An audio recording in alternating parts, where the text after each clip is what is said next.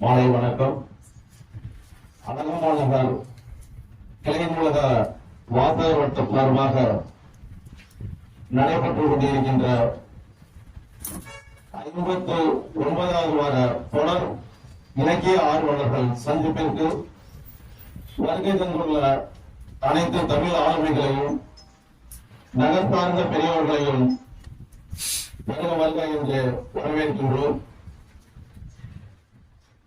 நம்முடைய 59வது வார இந்நிகழ்வில் ஏற்கனவே நமது இலக்கிய அமர்வில் எடுக்கப்பட்ட முடிவின்படி இன்றைய தினம் நாம் கம்பருக்கான ஒரு காலத்தை ஒதுக்கியுள்ளோம். அவர் சார்ந்த கவிதைகள், அவர் சார்ந்த படைப்புகள், அவர் சார்ந்த நிகழ்வுகள் மட்டும் உரையாற்றுவதாக முடிவெடுக்கப்பட்டு அதன்படி இன்றைய தினம் சிறப்பு விருந்தினராக மதிப்பிற்கு மரியாதைக்கு முனைவர் ஜே மனோகரன், மேலாள் தமிழ்துறை தலைவர், பல்கலைக்கழகம் தஞ்சாவூரில் பணியாற்றி பணி நிறைவு பெற்று இன்றைய தினம் இன்றைய தினம் கம்பனின் தாழ்விழா ஒரு தம்பி என்ற தலைப்பில் உரையாற்ற இருக்கிறார்கள். அவரை இந்நிகழ்விற்கு சிறப்பு விருந்தினராக வீட்டிலிருந்து தலைமையேற்று சிறப்பிக்கும்படி அன்புடன் நான் கேட்டுக்கொள்கிறேன். ஒப்புதல் பெற்று இந்த வாரம் கம்பனை பற்றி பேச வேண்டும் என்று நம்முடைய ஒருங்கிணைப்பாளர் ஆசை கொண்டார். அதை என்னுடைய வாசல் கொண்ட உறுப்பினர்கள் முன்னால் வைத்த பிறகு எல்லோருடைய சம்மதத்தின் பேரிலும் இன்றைய நிகழ்வு தொடங்க இருக்கின்றது. வருகை வந்திருக்கக்கூடிய அத்தனை ஆளுமைகளையும் வணங்கி நான் மகிழ்கிறேன். வழக்கம் போல முகத்திலே பூசிப்பை தேக்கி நம்முடைய நிலங்கர தலைவராக இருக்கக்கூடிய நம்முடைய ராஜவேல் ஐயா அவர்களும், இருவரும் தூண்களாக இருக்கக்கூடிய நம்முடைய ராஜகோபாலன் அவர்களையும், வேரணையா அவர்களையும் மற்றும் இவர்களுக்கெல்லாம் பெருந்துறையாக உதவியாக இருந்து கொண்டிருக்கக்கூடிய ஒவ்வொரு ஆளுமைகளையும் பேசுனால் அதுக்கு நேரம் பத்தாது என்று சொல்லி அத்தனை பேருமே நான் வணங்கி மகிழ்கிறேன். இன்றைக்கு இந்த நம்முடைய செய்யக்கூடிய செயல்களுக்கெல்லாம் பக்கபலமாக இருந்து அன்றைக்கு எவ்வாறு நம்முடைய ராமகிருஷ்ண பரமஹம்சருக்கு சாரதா அம்மையார் உறுதுணையாக விளங்கினாரோ அத்தகைய உறுதுணையுடைய சாரதா அம்மையார் கொண்டிருக்கிறார். அவருக்கும் என்னுடைய தனிப்பட்ட முறையில் நான் நன்றியை நெஞ்சார்ந்த நன்றியை வணக்கத்தை நான் தெரிவித்துக் கொள்கிறேன். இன்றைக்கு நம்முடைய அழகமாநகர்களை வாசல் வட்டத்துடைய 59வது நிகழ்வு எப்படி தொடங்கப்பட்டது என்று இன்றைக்கு நினைத்தாலும் எங்களுக்கெல்லாம் ஆச்சரியமாக இருக்குது. இதே அறையிலே 4 பேர் மட்டுமே கூடி விவாதித்த இந்த நிலை இன்றைக்கு 59 நிகழ்வை கொண்டிருக்கிறது என்று சொன்னால் இங்கு வந்திருக்கக்கூடிய ஆளுமைகளுடைய பொறுப்புணர்வு தான் காரணம். இலக்கியத்தில் அவர்கள் கொண்டிருக்கக்கூடிய ஈடுபாடு எந்த நேரமாக இருந்தால் அந்த புதன்கிழமை என்று வந்துவிட்டால் அவர்கள் அத்தனை பேரும் அந்த தேனியை நாடி வரக்கூடிய தேனீக்களை கூட இங்க இந்த சுவைபெருக தமிழகத்தில் சுவைபெருக வந்திருக்கிறார்கள் என்று நினைக்கின்ற போது பற்றற்ற மகிழ்ச்சியாக இருக்கிறது. இன்றைக்கு என்னுடைய நண்பரும் பேராசிரியருமாக இருக்கக்கூடிய நம்முடைய ஜே மகேஷ் என்று சொல்லக்கூடிய இவர் தான் இன்றைக்கு சிறப்பு விருந்தினராக இன்றைக்கு வந்திருக்கின்றார். அவர் மிகவும் ஒரு ஆழங்காற்பட்ட தமிழ் புலவர், தமிழ் புலமை வாங்கியவர். அவரை பற்றி நான் கேட்டேன், அண்ணா நீங்க இங்க வாங்க, இன்னைக்கு என்ன பேசணும்னா உங்களுடைய தமிழ் ஒரு குறிப்பை கொடுங்க என்ன அப்படின்னு கேட்டேன். ஆனா சொன்னார், நான் அனுப்புனா ராஜமாணிக்கம். நான் சொல்றதை விட அவர் சொன்ன அந்த குரல்ல கேட்கறது இன்னும் சந்தோஷமா இருக்கு நான் நினைக்கிறேன். பாருங்க,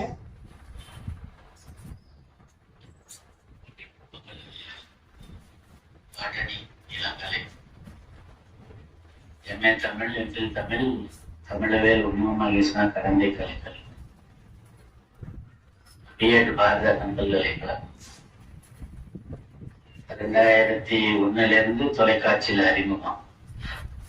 இசுவின் அரட்டை அரங்கம் மூலம் உலகெங்கும் தெரிய ஆரம்பித்த தருணம் அது.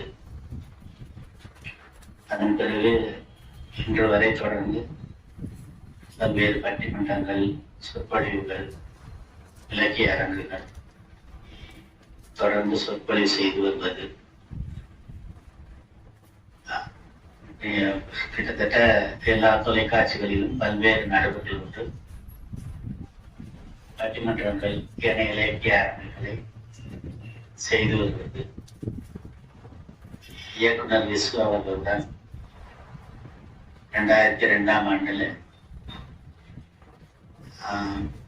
வெளிநாட்டுக்கு சென்று வந்தது. கனடா, அமெரிக்காவிலே நியூயார்க் சிட்டி வரை சென்று பேசிய வாய்ப்பு கிடைத்தது. அதன் பிறகு டெல்லி, பம்பாய் தமிழ் சங்கங்களில் எல்லாம் சென்று பேசி வந்தது.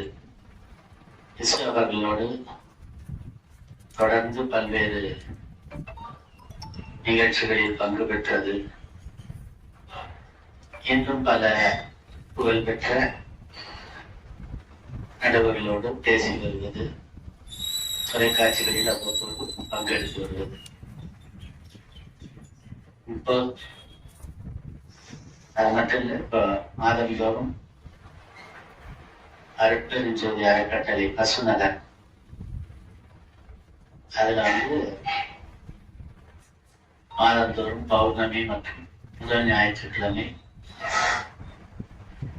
திருவருட்பா உரையாற்றி வருவது.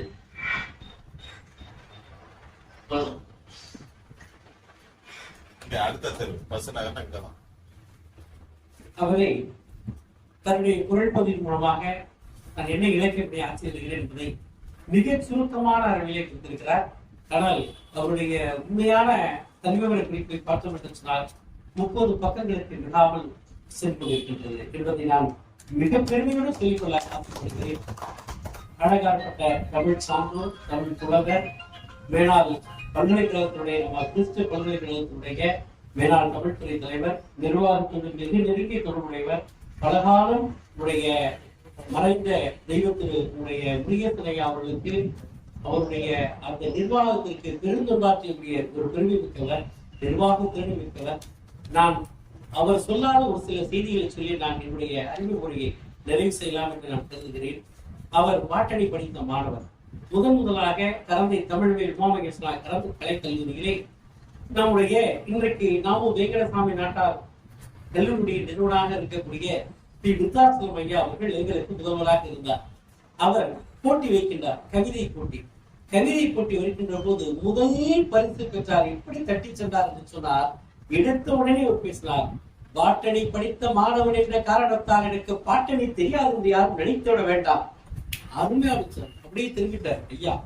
அவர் ஒரு பெரிய புலவர். அப்படியே பார்த்து அதிர்ச்சி அடைச்சார். இப்படித்தான் தன்னுடைய முதல் குரல் பதிவினை கரந்தை தமிழ் சங்கத்திலே ஒழிக்க செய்தார். அப்போது ஆசிரியர்கள் அத்துணை பேரும் அவர் பக்கம் வெளியிலே திருப்பினார்கள். கம்பனிலே கற்று தொழில் போகியவர், பக்தி இலக்கிலும் ஆலங்காற்பட்டவர். அப்படிப்பட்ட ஒரு நல்ல மனிதரை உங்களுடைய வேண்டுதலுக்கு ஏற்ப இன்றைக்கு நம்முடைய வாசல் வட்டத்தின் சார்பாக சிறப்பு சொற்பொழிவாளராக அழைத்து வைத்து நாம் எல்லோரும் அவருக்கு நல்ல அருமையான பலமான உங்களுடைய தமிழகம் வருவதற்கு நாங்கள் செவிகளை காத்து வைத்திருக்கின்றோம், திறந்து வைத்திருக்கின்றோம். கம்பனில் துணிந்து இன்றைக்கு தாழ்விழா தம்பி என்று சொல்லக்கூடிய அந்த தலைப்பில் பேச இருக்கின்றார். நாம் தொட்டு துளங்காத துறைகள் இன்னும் எத்தனையோ இருக்கின்றன தமிழிலே. தமிழில் என்ன இருக்கிறது என்று கேட்பவர்களுக்கெல்லாம் நான் சொல்ல ஆசைப்படுகிறேன்.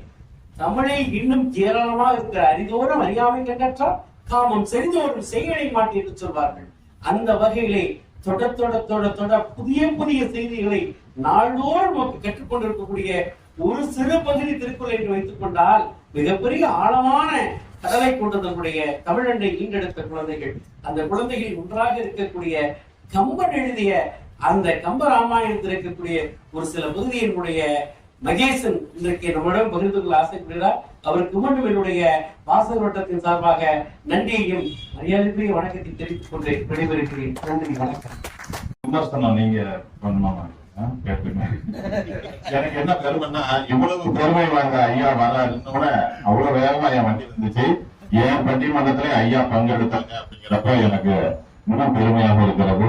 அவர் பாதம் போட்டு இந்த கவிதையை சமர்ப்பிக்கிறேன். சகிப்புத்தன்மை. மரம் வளர்ப்பதை போல், ஆடு மாடு வளர்ப்பதை போல் அதிகம் வளர்க்க வேண்டியது சகிப்புத்தன்மை. ஊருக்கு ஓரமாய் சாராயம் ஓடியது போய் சாராயத்துக்கு நடுவே ஊர் இருப்பது அவமானமே. எந்த வகையிலும் வரியை மக்களிடம் வசூலிக்கலாம், அதற்கு போதை வழி பொருந்தாதது. ஒருபடி மேலே போய் கேட்டுக் கொண்டிருக்கிறது. தூய்மையான ஆடை உடுத்தும் ஆட்சியாளர்கள் தூய்மையான தேசம் வளர பொறுப்பேற்க கூடாதா? இங்கே இழுத்து மூட வேண்டியது பெண்களின் செயலை மட்டுமல்ல, டாஸ்மாகின் கதவுகளும் தான். இளைய தேசத்தின் கரங்களில் எழுதுகோளுக்கு பதிலாக போதை பாக்கெட்டுகள் திணிக்கப்பட்டால் நாளை அவர்கள் நாசமாவது உறுதி. இவர்கள் சரியில்லை என்று அவர்கள் சரியில்லை என்று இவர்கள், எவரும் சரியில்லை என்று மக்கள். விரக்தியின் விளிம்பில் நாம் அன்றாடம் அவசியம் வளர்க்க பழகுவோம் சகிப்புத்தன்மை. எல்லாம் செயல்கூடும் என்னாலே உங்களுக்கு எல்லாம் கொள்ளான் துணையே ஏற்று.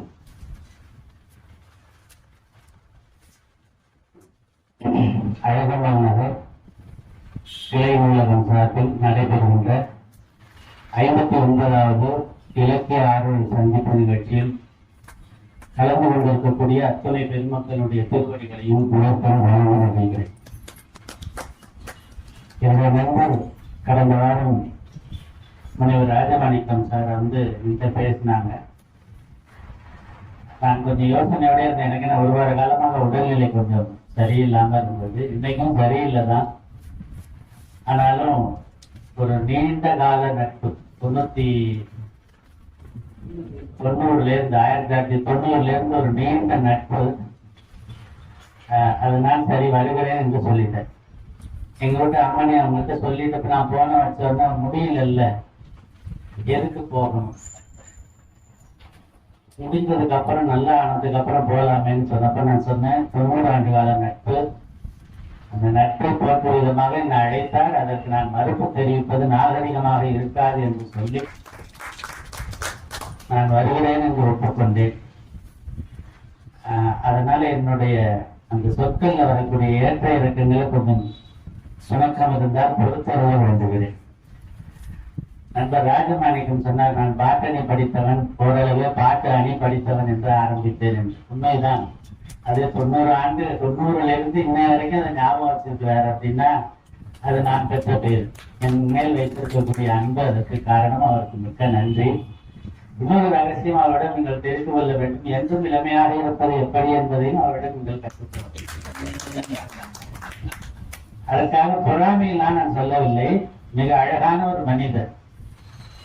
ஆடை பாதி ஆண் பாதி என்பார்கள். இப்போது கூட கொஞ்சம் சுணக்கத்தோடு இருப்பது போல தெரிகிறது. கல்லூரிகளிலே படிக்கின்ற போது அவர் தனித்துவமாக அந்த ஆடை அணிந்து வருவதிலே அவர் காட்சி தருவார். அது எனக்கு ரொம்ப மிகவும் பிடிக்கும். மிகவும் அன்போடு பழகக்கூடியவர்கள். எப்போது பார்த்தாலும் சிரித்துக் கொண்டே இருக்க வேண்டும் என்று நினைக்கக்கூடிய பண்பாளர். நான் அறிந்தவரை அவர் நான் அவருடைய இல்லங்களுக்கெல்லாம் பல முறை சென்றிருக்கிறேன். அவரோடு பெரிய கோயிலில் சுற்றி இருக்கிறோம். பல வகைகளில் நாங்கள் பேச்சு உரையாடும். அவர்கள் அம்மா பெரிய சிறந்த சிவபக்தர். அந்த அம்மாவை போல, அம்மனியை போல நான் பார்த்ததே இல்லை. எவ்வளவு பொறுமையான குணம் என்பதை நான் பார்த்து வியந்திருக்கிறேன். அந்த நட்பின் உரிமையின் அடிப்படையிலே அடியேன் இங்கு வந்திருக்கின்றேன். அடுத்ததாக ஐயா அவர்கள் என்னை தொலைபேசியிலே கொண்டு அழைத்தார்கள். நானும் வருகிறேன் என்று சொல்லிவிட்டேன். இங்க பெரிய ஆளுமைகள் எல்லாம் கம்பராமாயணத்துல நீங்கள் எல்லாம் உணர்ந்த திறமையான தெரிந்த ஆற்றலை கொண்டவர்கள். நான் பலமுறை அந்த ஏடகத்தின் வாயிலாக வெளிவருகின்ற அந்த நிகழ்வுகளை எல்லாம் யூடியூப்ல ஐயா கடந்த ஜெயக்குமார் ஐயா அவர்கள் பேர் சொல்றதுக்காக மன்னிக்கணும். நான் பழகியதில்லை. ஆனால் அவர்கள் சொல்லுகிற அந்த தொகுத்து விளங்குகின்ற விதம் இருக்கு பாருங்க. ஒரு முறை பார்த்தால் போதும், அது அப்படியே பகிர்ந்து வேண்டும். அதே போல எழுத்து நடையும் அப்படி இருக்கிறது. அதில் வருகின்ற போது அவர்களுக்கு என்னுடைய வணக்கம். உரத்த சிந்தனை என்ற அமைப்பில் இருக்கக்கூடிய வல்லந்தாஜ்பால் ஐயா அவர்கள், நம்முடைய டொமினிக் சேகர் ஐயா அவர்கள் எல்லோருமே மகிழ்ச்சி. எல்லாரும் ஒரு புறத்தை உதயம்ராம் சார் எனக்கு ரொம்ப நெருங்கிய தொடர்புல இருப்பவர். நான் கும்பகோணத்துல இருப்பதனால என்னால அங்க வர முடியறதில்லை அடிக்கடி. ஆனாலும் அவர்களோட தொடர்பு உண்டு. அவர்கள் அந்த காலையில இந்த வணக்கம் போடுகின்ற போது சில கருத்துடைய அழகான செய்திகளோடு காலை வணக்கம் சொல்வது டொமினிக் சேகர் ஐயாவுடைய வழக்கம். அதே போல சில கவிதைகளை உள்ளீடுகளாக இருந்தால் பதிவிடுவது ஐயாவுடைய வழக்கம். இவர்களெல்லாம் பார்க்கின்ற போது கடவுளுக்கு நான் நன்றி சொல்கிறேன்.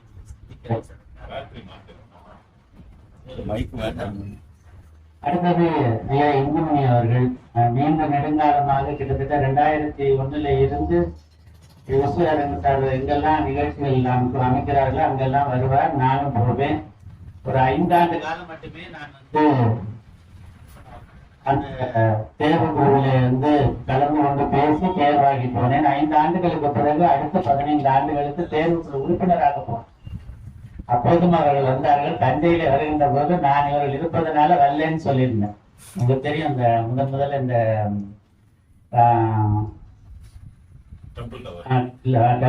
அங்க நடக்கிறப்ப கூட நான் வந்துட்டேன். நான் நிகழ்ச்சி ஒளிப்பதிவு செய்கிற அன்னைக்குதான் நான் வருவேன்னு விசுதாக்கு சொல்லிட்டு போயிட்டேன். எல்லோரும் தெரிந்த முகங்கள். காரணம் என்னன்னா, எனக்கு சொல்லி விடுங்க, எனக்கு சொல்லி விடுங்க, எனக்கு சொல்லி விடுங்கன்னா அது அப்படிப்பட்ட நிகழ்ச்சி அல்ல. அது அவருக்கு தெரியும். சொல்லிவிட்டோன்னா உடனே நீக்கிடுவார். அந்த மாதிரி அதற்காக அப்படிப்பட்ட ஒரு சொல் அப்படியெல்லாம் பழக்கம். அவர்கள் இன்னும் பெரிய நிலையில வந்திருக்க வேண்டியவர். ஆனால் தன்னை ஒரு குறுகிய வட்டத்துக்குள்ளேயே வைத்துக் கொண்டு அங்கேயே சிறந்து கொண்டிருக்கிறார்கள். எல்லோருக்கும் நன்றி, வணக்கம். என்னை அழைத்ததற்கு நான் கம்பெனில எல்லாம் கரைகளெல்லாம் கிடையாதுங்க. சும்மா கற்றது கையளவு கல்லாதது உலகளவு என்ற அவைப்பாட்டி சொன்ன பிறகு நாம் எல்லாம் யாராவது நான் எல்லாம் கரைத்து முடித்து விட்டேன், 10,500 பாட்டு இருந்தாலும் அது முழுசா படிச்சுட்டேன்னு சொல்வதற்கு நமக்கு தகுதி இல்லை. தமிழிலே படிக்க வேண்டியது எல்லாம் இருக்கு, எவ்வளவோ இருக்கிறது. ஈரோடு தமிழன் தான் சொல்லுவார், தமிழால் எல்லாம் முடியும், ஆனால் தமிழனால் எதுவும் முடியாது. தமிழ் செய்த பெரும் பாவம் அது தமிழனுக்கு தாய்மொழியாய் வாய்த்ததே என்று சொல்லும். அந்த அளவை நோக்கி நாம் இன்னைக்கு போய்கொண்டிருக்கின்றோம். சகிப்புத்தன்மை என்ற தலைப்பிலே கவிதை எழுதினார். சகிப்புத்தன்மை நமக்கு வேண்டும் என்பது அல்ல. சகிப்புத்தன்மை பிறக்கின்ற போது என்றைக்கு தந்தையின் உடலில் இருந்து தாயினுடைய கருவறையை சென்று சேர்ந்தமோ 10 மாதம் பொறுத்திருந்தமே, அதுதான் மிகப்பெரிய சகிப்புத்தன்மை. இறைவன் கொடுத்த வரம் அது. அந்த சகிப்புத்தன்மை நமக்கு அவசியம். சமுதாயத்திலே சீர்கேடு இருக்கத்தான் செய்யும். அந்த சீர்கேட்டையெல்லாம் கலைந்து முற்பட வேண்டிய கடமை நமக்கு இருக்கிறது. அதற்கு தான் நமக்கு கல்வி நமக்கு வழிகாட்டுகின்றது. அறிவு அதனை துணை கொண்டு நாம் வெல்ல வேண்டும். சாராய கடை எங்க இல்லை, வள்ளுவன் காலத்தில் இருந்தது. கல்லும் நாம என்ற அதிகாரம் இருந்துச்சு. குடியார போய் அப்பயே இருந்திருக்கான்னு தானே அர்த்தம் இல்லையா? என்னடா இப்ப சொல்றேன்னு நினைக்காதீங்க. இருந்திருக்கிறான், இருந்ததுனாலதானே கல்லும் நாமின்னு எழுதியிருக்கிறாரு. அடுத்தவன் முன்னாடி தூக்கிட்டு போறோம், அன்னைக்கே இருந்ததுனாலதானே பிறவின் விளையாவின்னு எழுதியிருக்கிறார். என்னைக்கும் அப்படிதான் இருக்கும். நம்ம கைதான், நம்ம வாய் தான், நம்ம எச்சில் தான். கொஞ்சம் நக்கிட்டு கொஞ்சம் மூக்கு அந்தாண்ட எடுத்துட்டு போவேன். அப்படியே எடுத்துட்டு போங்க, என்ன நாட்டனா இருக்கு. நாம் பரிசுத்தமா? நம்முடைய உடலும் அப்படி இல்லை. உலகம் அப்படித்தான் இருக்கும். அதிலே வாழ்ந்து காட்ட வேண்டும் என்பதற்காகத்தான் கல்வியையும் அறிவையும் இறைவன் நமக்கு இயற்கையிலே படைத்திருக்கின்றான். எனவே படிப்பு என்பதன் மூலமாகத்தான் இவற்றை எல்லாம் களைய முடியும். நீங்கள் நினைத்துக் கொண்டிருக்கிறீர்கள் மக்கள் சகிப்பு தன்மையோடு இருக்கிறார்கள். தடிக்க விழுந்தால் சாராய கடை இருக்கிறது, கல்லு கடை இருக்கிறது, சிகரெட் கடை இருக்கிறது, கஞ்சா இருக்கிறது, எல்லாம் இருக்கிறது. இருக்கட்டும், எல்லோருமே அங்க போகின்றோம். அவர்களை பார்த்தால் விலகி போவதுதானே நம்முடைய சமுதாயத்துடைய அடித்தள அறமாக இருக்கிறது. நான் வேண்டும் இலங்கை ஜெயராஜ் சொல்றாருல, அவரோட ஒரு முறை பேசுகின்ற போது, தம்பி நீங்க எல்லாம் நம்ம எல்லாம் ரைட்டா தான் பேசிட்டு இருக்கிறோம், ஆனா நடத்தனையுமே தப்பானது. குடிக்க மாட்டேன்னு சொன்னோம்னா நான் குடிக்கிறேன்னு அர்த்தம்.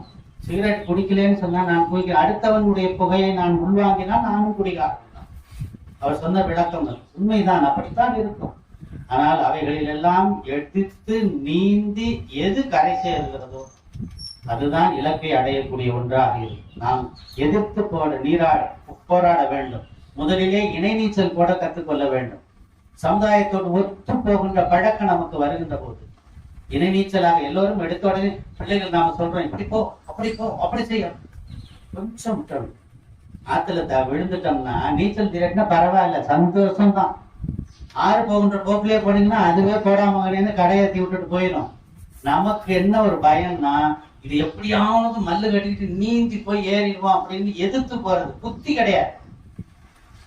யோசிக்கிறது இல்லை. நம்ம யோசித்தால் 2 சிந்தனை தான் வரும்னு தாய்மானவர் சுவாமிகள் சொன்னார்.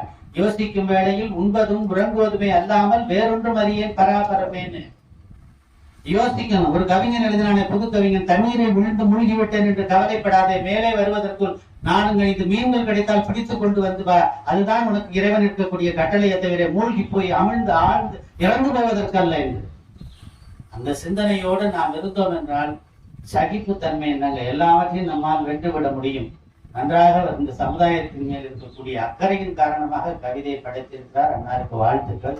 மேலும் மேலும் வளர்க, வாழ்க.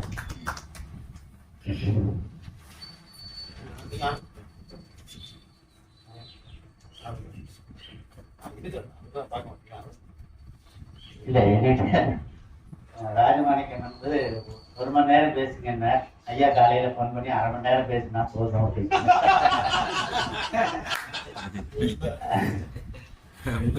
உண்மைதான். ஒரு 20 நிமிஷத்துக்கு மேல நம்மளால ஒழுங்கா கேட்க முடியாது. எத்தனையோ மேடைகள்ல பேசி இருக்கிறேங்கிற கர்வத்துல நான் சொல்லல, அறிந்து கொண்ட உண்மை அது. சைக்காலஜி அதுதான் சொல்லுது. உண்மை அதுதான், மருத்துவம் அதுதான். இந்த கைய இப்படி வச்சுட்டு கேட்க ஆரம்பிச்சவங்க இந்த கையை எடுத்துட்டு இப்படி வைக்கிறதுக்குள்ள முடிச்சணும்னு சொல்லுவோம். என்னுடைய பேராசிரியர் பூண்டுகளூர்ல இருந்தார். நான் அவர்கிட்ட படிக்கல. ஜிஆர் கிருஷ்ணமூர்த்தின்னு பேரு. ஒரு மாணவர் வச்சிருப்பார். நான் பிஎஸ்சி பாட்டனி படிப்பேன். ஒரே ஒரு மாணவர் தான் எம்ஏ கிளாஸ்ல. அந்த ஒரு ரூம்ல அவர் பாடம் நடத்துறப்போ, பாட்டனி ரூம் எங்களுக்கு பக்கத்துல தான். நான் எங்க பேராசிரியர்கிட்ட சொல்லிட்டு, இப்ப வந்து நான் பிராக்டிக்கல் முடிச்சுட்டேன், சார் கிளாஸ் எடுக்கிறாரு, நான் போய் கேட்கவா அப்படின்னு. அவர் உன்னை அனுமதிச்சா போய் கேளுங்க, ஒண்ணுமே சொல்ல மாட்டார். ஒரே ஒரு பையனுக்கு 100 பேர் இருக்கக்கூடிய வகுப்பறைகளை பாடம் நடத்தினால் எப்படி இருக்குமோ அப்படி பாடம். அப்படிப்பட்ட பேராசிரியருடைய பேச்சை எல்லாம் கேட்டதினால், எனக்கு வாய்த்த பேராசிரியர் பெருமக்களுடைய அன்பினால் நான் கொஞ்சம் கொஞ்சம் இந்த கம்பெனியில் அங்கங்கே சிலவற்றை தொட்டு இருக்கிறேனே தவிர முழுமையாக வாசிப்பதில்லை. வாசிப்பதற்குரிய வயது எனக்கு இருந்தார். 10,000 பாடல் கம்பெனி கும்பகர்ணனை பற்றி பாடினால் 353 பாடல்கள். ஜெயம் அர்ரே பருப்ப பதிப்பகத்தின்படி மிகைப்பாடல் இல்லாமல் 353 பாடல்கள். எக்ஸ்ட்ராவா வேற வந்து ஒரு 53 பாடல் இருக்கிறது. 400க்கும் மேற்பட்ட பாடல்கள் மிகைப்பாடல்களாக இருக்கிறது என்று பல பதிப்பகங்களே வந்திருக்கிறது. ஆனாலும் கூட மர்ரே பதிப்பகத்தில் நான் படித்து கும்பனை தெரிந்து கொண்டதை மட்டும், அதுவும் இந்த 1/2 மணி துளிகளிலே உங்களிடம் எந்த அளவுக்கு பகிர்ந்து கொள்ள முடியும், மிகச் சுருக்கமாக நான் சொல்லுவேன். தாழ்விலா ஒரு தம்பி என்று நான் தலைப்பு தந்ததற்கு ஒரே ஒரு காரணம் என்று சொன்னால், அண்ணன் தவறு செய்கிறான் என்று தெரிகிறது. யார் தவறு செய்தாலும் அது தவறு என்று சுட்டிக்காட்ட வேண்டும். அப்படி சுட்டிக்காட்ட முடியாவிட்டால் அவன் சிறந்த நண்பனாகவோ, ஒரு தந்தையாகவோ, ஒரு தலைவனாகவோ, ஒரு மந்திரியாகவோ இருப்பதற்கு தகுதியற்றவர். ஏன் என்று சொன்னால், அப்படி நீங்கள் நண்பன் தான் என்று விட்டுவிட்டாய் என்று சொன்னால் அவன் அழிவதற்கு நீயும் ஒரு காரணம். அரசன் என்கின்றதற்காக விட்டுவிட்டால், மந்திரி ஆலோசனை சொல்லாமல் இருந்தானால் அந்த அரசு அழிவதற்கு அவன் காரணமாகும். தன் பிள்ளை செய்வது ஒரே பிள்ளைதானே என்று தந்தை தவறிழைப்பதை கண்டிக்காமல் விட்டுவிட்டால் அந்த பிள்ளை தவறிழைப்பதற்கு அந்த தந்தை காரணமாக இருக்கின்றான்.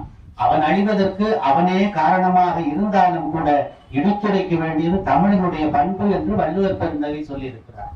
இடிப்பாரை இல்லா ஏவரா மன்னர் கெடுப்பார் இலானும் கெடும்.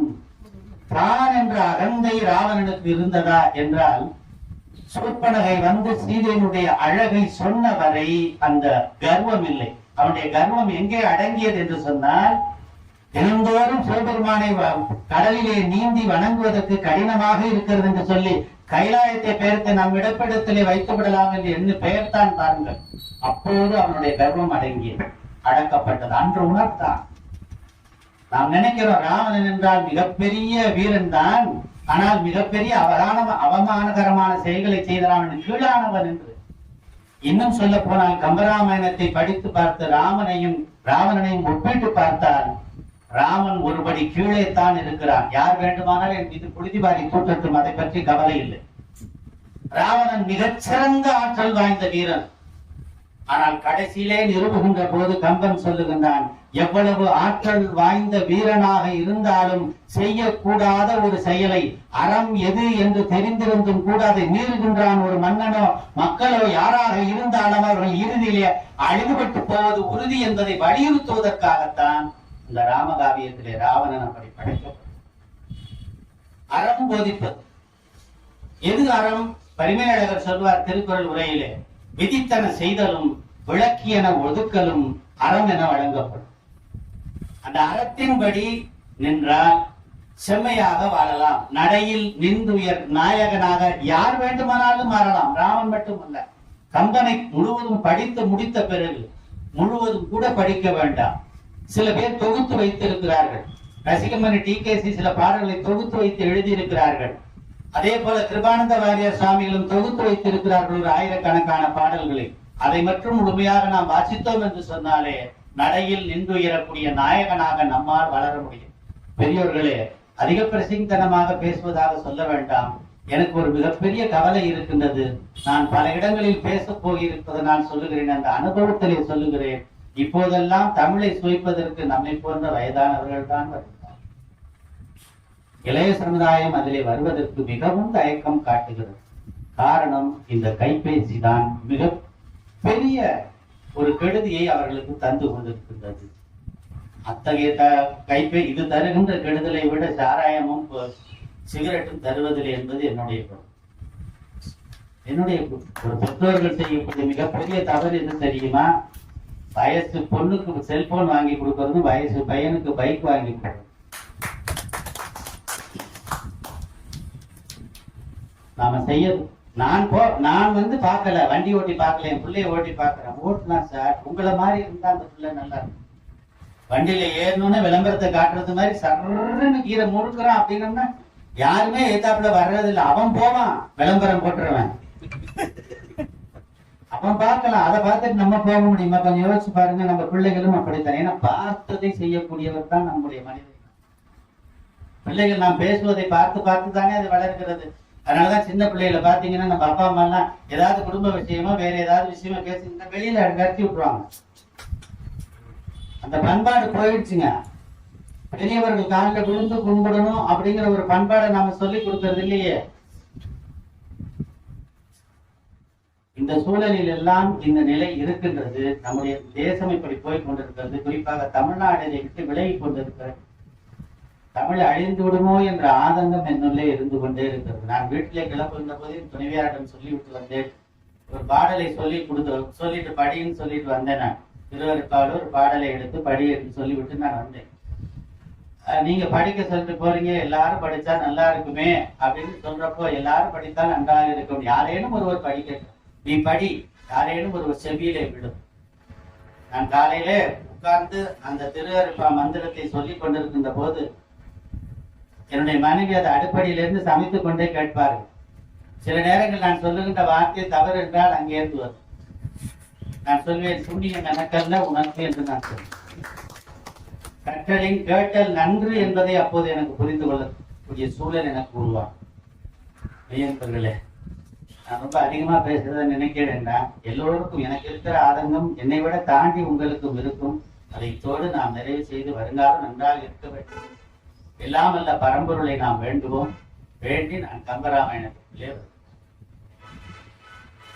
ஒரு பொருள் நன்றாக இருக்கிறது என்று சொன்னால் 10 பேர் அதை பயன்படுத்தி பார்த்து அது நன்றாக இருக்கிறது என்று சொன்னால் நாம் அதை சுவைப்பதற்கோ அல்லது வாங்குவதற்கோ முற்படுவதுதான் நமக்கு இடம். ஒரு ட்ரெஸ் எடுக்க போறோம்னா எந்த கடைக்கு போகணும்? ஒரு நூல் வாங்கணும்னா எந்த நூல் வாங்கணும்? எனக்கு இன்னும் ரொம்ப ஆழமா பதிந்தது ஒரு 20 வருஷத்துக்கு மேல இருக்குன்னு நினைக்கிறேன். நம்ம தாஜ்வால் ஐயா அவர்கள் எழுதிய கவிதை. புகுந்த வீட்டுக்கு சென்ற ஒரு பெண்ணினுடைய நிலையை பற்றி அவர்கள் எழுதியிருந்தார். அதில் ஒரு சில வரிகளை மட்டும் சொல்லுகிறேன். போறப்போ அப்பா சொல்லி அனுப்பினார், நீ மகிழ்ச்சியோடு இருந்தால் பேனாவால் எழுது, துன்பத்திலே இருந்தால் பென்சிலால் எழுது. புகுந்த வீட்டுக்கு போன பெண் சில நாட்கள் கழித்து கடிதம் அப்பாவுக்கு எழுதுறார். அது பேனாவில் எழுதிருந்தோன்னு சந்தோஷப்படுறார். நம்ம பொண்ணு நல்லா இருக்கு, அன்புள்ள அப்பா நான் இங்கு நலமாக இருக்கின்றேன் என்று சொல்லி அந்த கவிதை தொடங்கும். என்னை உலுக்கி எடுத்தவற்றை வரியது. அப்பா என் சிலிர்த்து போகிறது. அப்பா, எனக்கு எல்லாம் இங்கு கிடைக்கிறது, எழுதுவதற்கு பென்சிலை தவிர. அதே போல காக்காய் கூட்டம் என்று ஒரு கவிதையை அவர் எழுதியிருந்தார். எத்தனை முறை விரட்டி அடித்தாலும் இந்த காக்கைகளுக்கு வெட்கம் என்பதே இல்லை. அமாவாசை என்று அழைத்து விட்டால் ஓடோடி வந்து உணவர்கள். இந்த 2 கவிதை இது படிச்சிருக்கேன். அவர்கள் எழுதிய கவிதைகளை அவ்வப்போது எனக்கு அனுப்புகின்ற போது நான் படித்திருக்கிறேன். என் நெஞ்சிப்பட்ட கவிதை. இந்த மாதிரி கவிதைகள் எல்லாம் அவர் பல கவியரங்கள்ல வாசித்ததையும் நான் கேட்டு இருக்கின்றேன். அவர் அறியாமல் அமர்ந்து நான் கேட்டு இருக்கிறேன். சொற்களை லாபகமாக கையாளுகின்ற அவரும் தந்தை இனியன் அவர்களும் சொற்களை கையாளுவது வியப்புக்குரிய ஒன்றாக இருக்கு. நம்ம ஐயா அந்த யூடியூப்ல அந்த செய்தியை தொகுத்து வழங்குறப்ப சொற்கள் கையாண்டு கடவுள் கொடுத்த வரம் ஐயா உங்களுக்கு. நான் மிக அற்புதமாக அந்த செய்திகளை பதிவிடுகின்ற தன்மை எல்லாருக்கும் வந்துவிட. எல்லோருக்கும் ஒரு கலை உண்டு. வான்குருவியின் கூடு வல்லருக்கு தொல்கரையான் பெண் சிலம்பி யாவருக்கும் செய்ய அறிந்திருக்கான். யான் பெரிதும் என்று வலிமை பேச வேண்டாம் தான், எல்லாருக்கும் ஒவ்வொன்றாம் எளிதுன்னு சொன்னார்கள். ஒவ்வொரு திறமை ஒவ்வொருக்கும் உண்டு. எந்த அலரேல் நயந்து உருவேல் என்றால் மாணிக்க வாசல் பெருந்தல். எல்லாருக்கும் எல்லாம் இருக்கிறது. நம்மை விட உயர்ந்தவரும் நம்மை விட தாழ்ந்தவரும் எவரும் இந்த உலகத்திலே. இப்படிப்பட்ட மனோநிலையிலே நாம் இருக்க வேண்டும். எதற்காக சொல்கிறேன்? ஒன்று நன்றாக இருக்கிறது என்று சொன்னால், ஓ திருநெல்வேலி இல்லையா, திருட்டுக்கடை அல்வா, மணப்பாறை இல்லையா, முறுக்கு நல்லா இருக்குது. இப்படி ஒவ்வொரு ஊரா சொல்லி, தஞ்சாவூரா கதம்பம், தலையாட்டி பொம்மை, எவ்வளவு விசேஷமானது இந்த தலையாட்டி பொம்மை. உங்களுக்கு எல்லாம் தெரிந்த செய்திதான். அதை பற்றி சொல்லல. அது மாதிரி ஒவ்வொன்றா நம்ம நல்லா இருக்கு நல்லா இருக்கு நல்லா இருக்குன்னு சொல்லுவோம். ஏன் இது நல்லா இருக்குது, எப்படி இது நல்லா இருக்கு நம்ம சுவைச்சு பார்க்கின்ற போது அதை உணர்கின்றோம். அதுக்கு முன்னால கம்பனை கவிஞர் நாமக்கல் ராமலிங்கம் பிள்ளை ஐயா அவர்கள் சுவைத்தது, எண்ணி எண்ணி திட்டம் போட்டு எழுதினானோ, எண்ணாமல் எங்கிருந்தோ கொட்டினானோ, புண்ணியத்தால் உடன் பிறந்த புலமைதானோ, பிறந்த பின்னர் ஆய்ந்தறிந்து புகன்றதாமோ, தன்னியல் சேர் தமிழனங்கின் தகமைதானோ, தசரதனும் சனகனுமே தனித்த நோன்போ, விண்ணமதின் சுவைகெடுத்த கம்பன் பாடல் விரிந்த விதம் என்றென்றும் வியப்பே ஆகும் என்று சொல்லி புலகாங்கிதம் அடைவான். அதோடு அல்ல, 8 பாடல்களில் கம்பராமாயணத்துடைய சிறப்பை சொல்லுவார். நிறைவான ஒரு பாடலில் சொல்கிறார், மால்படிந்த தவமுனி வான்மீகி என்பான் வனத்திடையே தான் கண்டு கொண்டு வந்த பலாக்கனியை, பால் படர்ந்து முள்ளறிந்த பலாக்கனியை மேல் படர்ந்த பிசினகற்றி மெல்லக்கீறி பலா சுளையின் தொடுத்தெடுத்து தேனையும் பார்த்து நூல் படித்த மனத்தவர்க்கு விருந்து வைத்தான் கம்பன் என்ற தமிழ் தாயார் நோற்றமைந்தன் என்று சொல்லி முத்தாரமாக சொல்லியிருப்பான். வான்மீகி கொடுத்தான், அதில் இருக்கக்கூடிய கலைகளை எல்லாம் நீக்கி வைத்து விட்டு நெல் முதிர்ந்த கனிகளை மட்டுமே நமக்கு கொடுக்கிறான் கம்பன் என்று சொல்லி. வடநாட்டில் இருக்கக்கூடிய பண்பாடு வேறு, நம் நாட்டில் இருக்கக்கூடிய பண்பாடு வேறு. ஒவ்வாதவற்றை விளக்கி வைத்து விட்டு ஏற்றதை நமக்கு எடுத்துரைக்கக்கூடிய பாங்கிலே கம்பனுக்கு நிகர் நீங்கள் எங்கும் பார்க்க முடியாது. ராமாயணத்தை ரசித்து படிப்பது எல்லோரும் ராமனுக்காக படிக்கிறார்கள் என்று நீங்கள் நினைத்தால் அது தவறு என்று சொல்பவன். கம்பனுடைய தமிழுக்காக படிக்கிறார். ஒரு பாடலை படித்து ஒரு வரியை படித்து விட்டு அடுத்த வரி போவதற்குள்ளாக அதிலிருந்து எப்படி விடுபடுவது என்பது திக்கி திணறி திகைத்து தாமரை மலரில் உள்ள தேனை வந்த வண்டு வெளியேற முடியாமல் தடுத்து அதுள்ளே மயங்கி மயங்கி மயங்கி கிடப்பதை போல கம்பனில் மூழ்கியவர்கள் விட்டு வெளிவருவதற்கு இயலாத தன்மை உடையவர்களாக இருப்பார். அதுதான் உண்மை. அதுபோலத்தான் எல்லோரும் படித்து சுவைத்தார்கள்.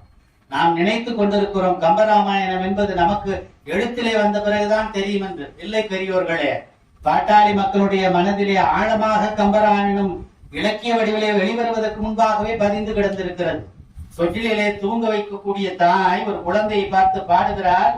தாய் என்றால் எவ்வளவு உன்னதமானவள் என்பதற்கு நாம் ராமனை கடவுளாக பார்க்கிறோம், லக்குவனை கடவுளாக பார்க்கிறோம், சீதையை கடவுளாக பார்க்கிறோம். ஆனால் ஒரு தாய் இவர்கள் மூவரையும் பிள்ளைக்கு எப்படி காட்டுக்கு அடையாளப்படுத்துகிறார் என்று சொன்னால், ராமர் பசுமைக்க, அது தாலாட்டு பாடல். நேரம் கருதி நான் அதை பாடலை தாலாட்டு பாடலிலே பாடுகிறார். ராமர் பசுமைக்க, இலக்குவனார் பால்கறக்க, சீதையம்மாள் பால்க காய்ச்ச, திரட்டி உண்ண வந்தவனோ, கண்ணே கண்ணுறங்கு என் கானகத்து மயில் உறங்கு, ஆறாரோ ஆரிதரோ என் கண்ணே ஆரிதரே ஆறாரோ என்று பாடுகிறார் என்று சொன்னால், பாமர மக்களுடைய மனதிலே கம்பன் ஏட்டிலே எழுவதற்கு முன்பாகவே பதிந்து கொண்டிருக்கிறது. மிக அற்புதமாக. என்னடா பெரிய ராமாயணம் ராமாயணம் அப்படின்னு ஒருத்தர் கேட்டான். அது பெரிய ராமாயணம்டா அப்படின்னா. என்ன பெரிய ராமாயணம் அப்படின்னா, இத்தனோண்டு ராமாயணத்தை இத்தனை பெருசா இழுத்து சொல்றியாடா அப்படின்னா. எங்க நீ சுருக்கமா சொல்லணும்னா, ஓடிட்டு இருக்கலே ஒருத்தன் சொல்லிட்டு போனான், என்ன இந்த கால்சரசன் 21 மாவரசனை கொல்ல வேண்டும் என்று கூறினான். ஏன் தெரியல, நீயே சொல்லு. ஆனசா 4 அதீதா 9 தான் எடுத்து போனதினால் தான். சரியா அர்த்தம் புரியுதுன்னு நினைக்கிறேன் உங்களுக்கு இல்லையா? ராவணனை ஏண்டா கொல்லணும்னு கால்குலேஷன் பண்ணி வீட்டுல போய் பாத்துங்க. என்ன இந்த கால்சரசன் 21 மாவரசனை கொல்ல வேண்டும் என்று கூறினான். ஏன் ஆனசா 4 காங்காச்ச வரிசையில சாசா வரிசையில பாத்தீங்கன்னா 4வது எழுத்து சி. சீதா. தகர வரிசையில தா வரிசையில பாத்தீங்கன்னா 9வது எழுத்து தை. ஆனசா 4 அதீதா 9 ரெண்டையும் சேர்த்தா சீதை. சீதையை தூக்கிட்டு போயிட்டான்டா, அதனால தாண்டா ராவணனை கொல்ல சொன்னான். ராமனை போயிட்டான். இதான் ராமாயணம். இன்னும் சில பேர் சொல்லுவான், என்ன பெரிய ராமாயணம், ராமன் கொண்டாடிய ராவணன் தூக்கிட்டு போனா அனுமந்தனையோட அடிச்சு பிடிச்சி ராமன் கொண்டு வந்தான். இதான்டா ராமாயணம். அவன் சொன்னது சரிதானே. எதற்காக சொல்லுகிறேன் என்று சொன்னால், எப்பேற்பட்ட புலமையோடு நம்முடைய மக்கள் அன்றைக்கு இருந்திருக்கிறார்கள். மிகப்பெரிய செய்தியை 10,000 பாடலுக்கு மேல் கம்பன் உட்கார்ந்து பிடித்துக் கொண்டு மண்டையை தட்டி தட்டி தட்டி ஒரு சொல் கூட பிழைபடாமல் எழுதக்கூடிய அந்த நேரத்தில் இவன் இதுதானா பெருசு, நம்மளுக்கு அவ்வளவு ஆற்றல் உண்டு, தெரிந்து வைத்திருக்கான். ரொம்ப ஜாக்கிரதையா நம்ம பேசணும். சோமாசி புலவர்னு ஒருத்தர் இருந்தாரு. அந்த சோமாசி புலவர் கம்பனை பார்ப்பதற்காக வருகிறார். அவங்க வீட்டு வேலைக்கார பெண்மணி வீட்டு வாசல்ல ராட்டி தட்டிட்டு உட்கார்ந்து. இவர் கொஞ்சம் செருக்கோடு வருகிற, என்ன பெரிய கம்பன் கம்பன் இந்த உலகத்துல எல்லாரும் போட்டுறாங்களா, அவன் என்ன விட பெரிய கவிஞனா, அந்த ஆளு வீடு இதுதான் சொன்னாங்க. இருக்காரா அந்த அம்மா, சொல்லுமா அந்த ஆள் இருக்காரு அப்படின்னு. நீ யாரியா? நான் சோமாசி புலவன். அப்படின்னா நான் பெரிய புலவன். இப்ப எதுக்கு வந்த? கம்பனை பார்க்க வந்தேன். அப்படியா? அவர் வெளியே போயிருக்காரு, தம்பி உட்காரு வரமா. அந்த மாதிரி ராட்டி தட்டிட்டே சொல்லுதாமா, என்ன விஷயத்துக்காக வந்த? இல்ல அவர் பெரிய புலவர், அவரோட நான் போட்டி போட வந்திருக்கேன். யாரு? நீ எங்க ஐயாவோட போட்டி போட போயா? இருந்தாலும் வரதுக்குள்ள எனக்கு போயிடியா, நல்லா எனக்கு ஏதாவது சொல்லிடுவேன் அப்படிங்குது அந்த அம்மா. இல்ல நான் அவரோட நீ போட்டி போடுறது இருக்கட்டும், அவர் வர்றதுக்கு இன்னும் 1 மணி நேரம் ஆகும். நான் ஒரே ஒரு கேள்வி உன்கிட்ட கேட்கிறேன், அதுக்கு நீ பதில் சொல்லு. அப்புறமே யோசிச்சு அவரோட பேசலாமா போட்டி போடலாமான்னு நீ முடிவு பண்ணிக்கணும். அதாவது கொஞ்சம் இலக்காரம். வராட்டி தட்டுற பொம்பளைக்கு இவ்வளவு திமிரு இருக்குதே அப்படி சொல்லி என்ன பெருசா கேட்டுற போறான்னு நினைச்சு எங்க என்ன கேள்வி கேட்க போறேன்னு சொல்லு. வட்டமதி போல இருக்கும் பன்னி கொடிதாவும் கொட்டுவார் கையில் இன்று கூத்தாடும் சுட்டார் அகரா இனிமே அம்பல சோமாசி ஒரு நாள் விட்டேன் இது உரை கட்டமா இருக்கும். நெருப்பு வரும். அரகரான்னு சொல்லி திருநீர் மாதிரி எடுத்துக்கலாம். அத கையில போட்டு நாங்க அப்படி இப்படி செஞ்சோம்னா கூத்தாடு எல்லாமே சொல்லுது அந்த அம்மா. வட்டமதி போல் இருக்கும் வன்னி கொடிதாகும் கொட்டுவார் கையில் நின்று கூத்தாடும் சுட்டால் அரகரா இனிமே அம்பல சோமாசி ஒரு நாள் விட்டேன் இது உரைய. அவன் முழிக்கிறான், தெரியல எனக்கு அப்படின்னு ஏச்சு ஓடுது. இதுக்கே உனக்கு சொல்ல தெரியல, அவரோட பேசி நீ ஜெயிக்க முடியாது. ஓடி பேர் போறமா, நான் அவரோட போட்டு விடை என்ன லூசு. இதான் ராட்டி. ராட்டிடா, வெறும் ராட்டி. ராட்டியை தட்டுறோம் பத்தியா, தட்டுனா நிலவு மாதிரி வந்து பத்தியா. நான் அப்படி இப்படி எடுத்து போடையில கூத்தா எடுத்து பத்தியா, நெருப்புல போட்டா சுட்டு சாம்பலா வந்து எடுத்து பூசிக்கிட்டா அரகரான்னு சொல்லி பூசிக்கலாம். இத ஒரு நாள் டைம் கொடுத்து உனக்கு யோசிச்சு வந்து சொல்றேன்னு புத்தி இல்ல, நீ எல்லாம் இதுவே சொல்றதுக்கு லாயக்கு இல்லை அப்படின்னு. அப்பதான் சொல்லிட்டு போனா, ஓஹோ கம்பன் வீட்டு கட்டு தெரியும் கவிபாடும் அளவுக்கு கம்பனுடைய புகழ். இதுதான் கண்ணதாசன் இந்த நூற்றாண்டு புலவன் பாடினான். 10,000 கவிதை முத்தாக தந்த சத்தான கம்பனுக்கு ஈடு இன்னும் வித்தாகவில்லை என்று பாடு. சீதை நடையழகும் ஸ்ரீராமன் தோழழகும் போதை நிறந்ததென சொல்லி என்னை போட்டான் மதுக்குடையில் அள்ளி காலமெனும் ஆடியிலும் காற்றுமலை ஊழியிலும் சாகாது கம்பனவன் பாட்டு. அது தலைமுறைக்கு எழுதி வைத்த அண்ணனோட தம்பியர்கள் 6ஆகி 7ஆகி 6-7 ஆனவிதம் கூறி என்னை ஆளுகிறான் மூளைதனில் ஏறி என்று கம்பனை பற்றி அவன் ரசித்து ருசித்து எழுதியிருக்கான். ரொம்ப அந்த வாழ்க்கையில நீங்க நினைக்கலாம் கம்பனை ரொம்ப ரசித்து எழுதியவன் தான். கம்பனுடைய பல பாடல்கள் திரைப்பட பாடல்களே வந்து உங்களுக்கு தெரியும். பார்த்தேன் சிரித்தேன் அந்த பாடல், இவ்வண்ணம் நிகழ்ந்த வண்ணம் அந்த எடுத்துட்டு பால் வண்ணம் பருவம் கண்டு, அவன் தொடாத இலக்கியங்களே இல்லையா, அத்தனையும் வந்தது. இது எதுக்காக சொல்லி நான் முறையில சொல்லுகிறேன் பெரியோர்களே, இந்த அளவிற்கு படித்தவர்கள் சொன்ன சுவையே இப்படி இருக்கும் என்று சொன்னால், படைத்தவன் படைத்ததை படித்தால் அது எத்தகைய சுவையாக இருக்கும் என்பதுதான் கம்பனுக்கு பெரிய பெருமை.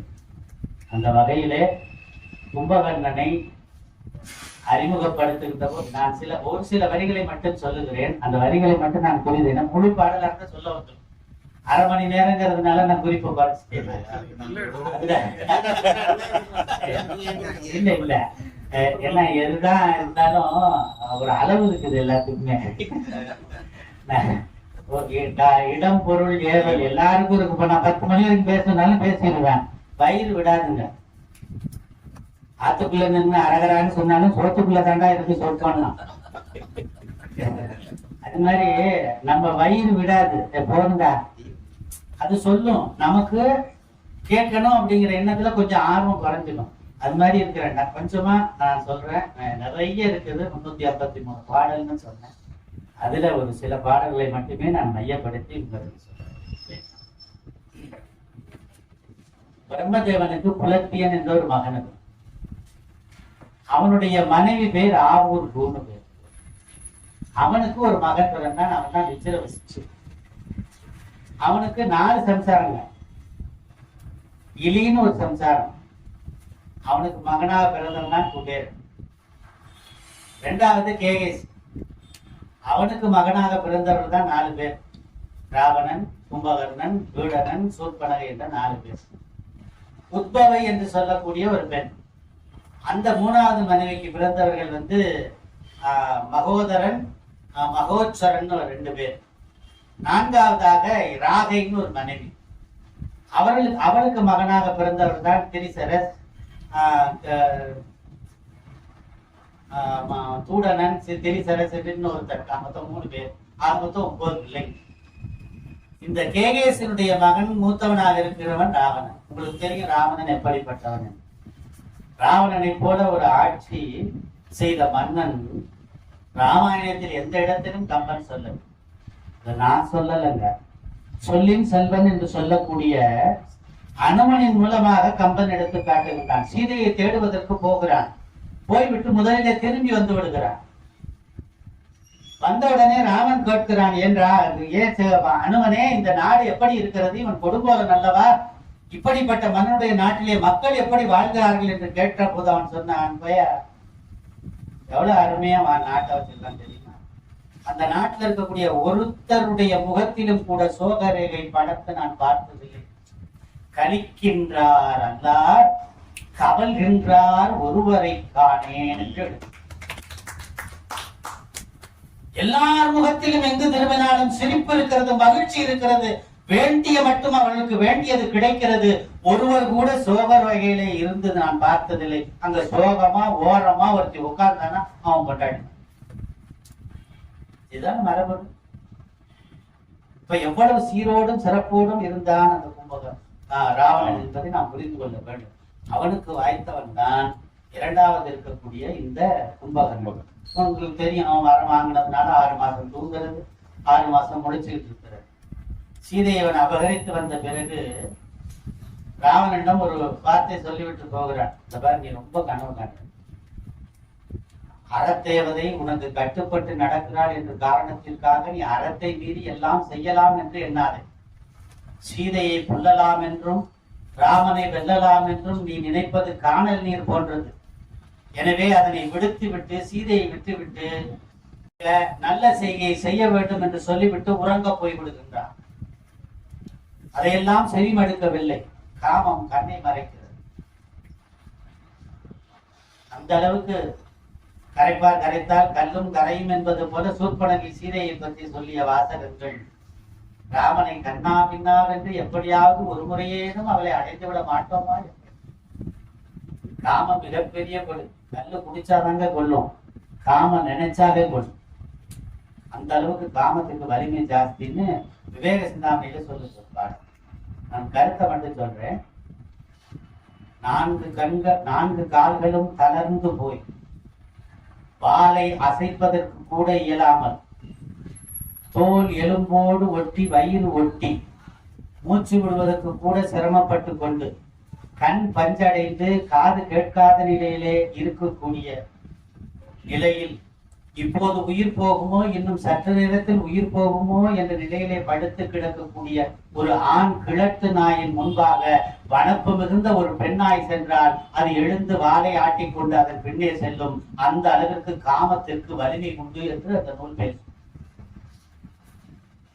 சாதாரண மனிதனுக்கே, காமுகனுக்கே நம்ம தொலைக்காட்சியிலேயும் இப்போது வருகின்ற செய்தித்தாள்களிலேயும் பார்த்து இந்த நிகழ்ச்சிகளை பார்த்தோம் என்று சொன்னால் இவனுடைய இவ்வளவு இருக்கு என்று சொன்னால், தண்ணீர் இல்லாத ஆற்றலை தன்னகத்தை கொண்டவன், எதிர்த்து நின்று பேசுவதற்கு தயக்கப்படுகின்றவர்களை வைத்திருக்கிறானே தவிர துணிந்து ஒருவன் ஒரு கருத்தை சொல்லக்கூடாத அளவுக்கு ஆற்றலை உடையவன். எல்லா வசதிகளும் இருக்கிறது. வனப்பிலும் அவன் மிகுந்தவனாகத்தான் இருக்கின்றான். எத்தனை ராஜ்யத்தையும் உள்ளடக்கி தேவரையும் தேவர்களையும் இந்திரர்களையும் தன் காலடியிலே கீழே போட்டுக் கொண்டு திக்கு பாடல்கள் அத்தனையும் தன் ஏவல் கேட்கும்படி வைத்திருக்கக்கூடிய அந்த ராவணன் தனக்கு இடிகர் எவரும் இல்லை என்ற எண்ணத்தோடு ஒரு உச்ச நிலையிலே இருந்து சீதையை மேற்கொள்ளுகின்ற காதல் அவனால் நீக்க முடியாத தன்மையிலே இருக்கின்றான். இவன் போய்விடுகிறான் கும்பகர்ணன் தூங்குவதற்காக. ஆனால் ராவணன் அந்த நிலையிலிருந்து விடுபடாமல் ஒவ்வொரு படையாக அனுப்புகிறான். படையெல்லாம் ஒவ்வொன்றாக தோற்றுக்கொண்டே வருகிறது. நிறைவாக இவன் போர்க்களத்திற்கு முதல் நாள் போகின்றான். ராவணன் தோற்று திரும்பி வருகின்றான். வாரணம் பொருந்த மார்பும் வரையினை எடுத்ததோடும். இந்த பாடெல்லாம் நீங்க படிச்சோம் அப்படின்னம்னா அவனுடைய கம்பீர தோற்றம் அது கம்பனாலதாங்க முடியும்.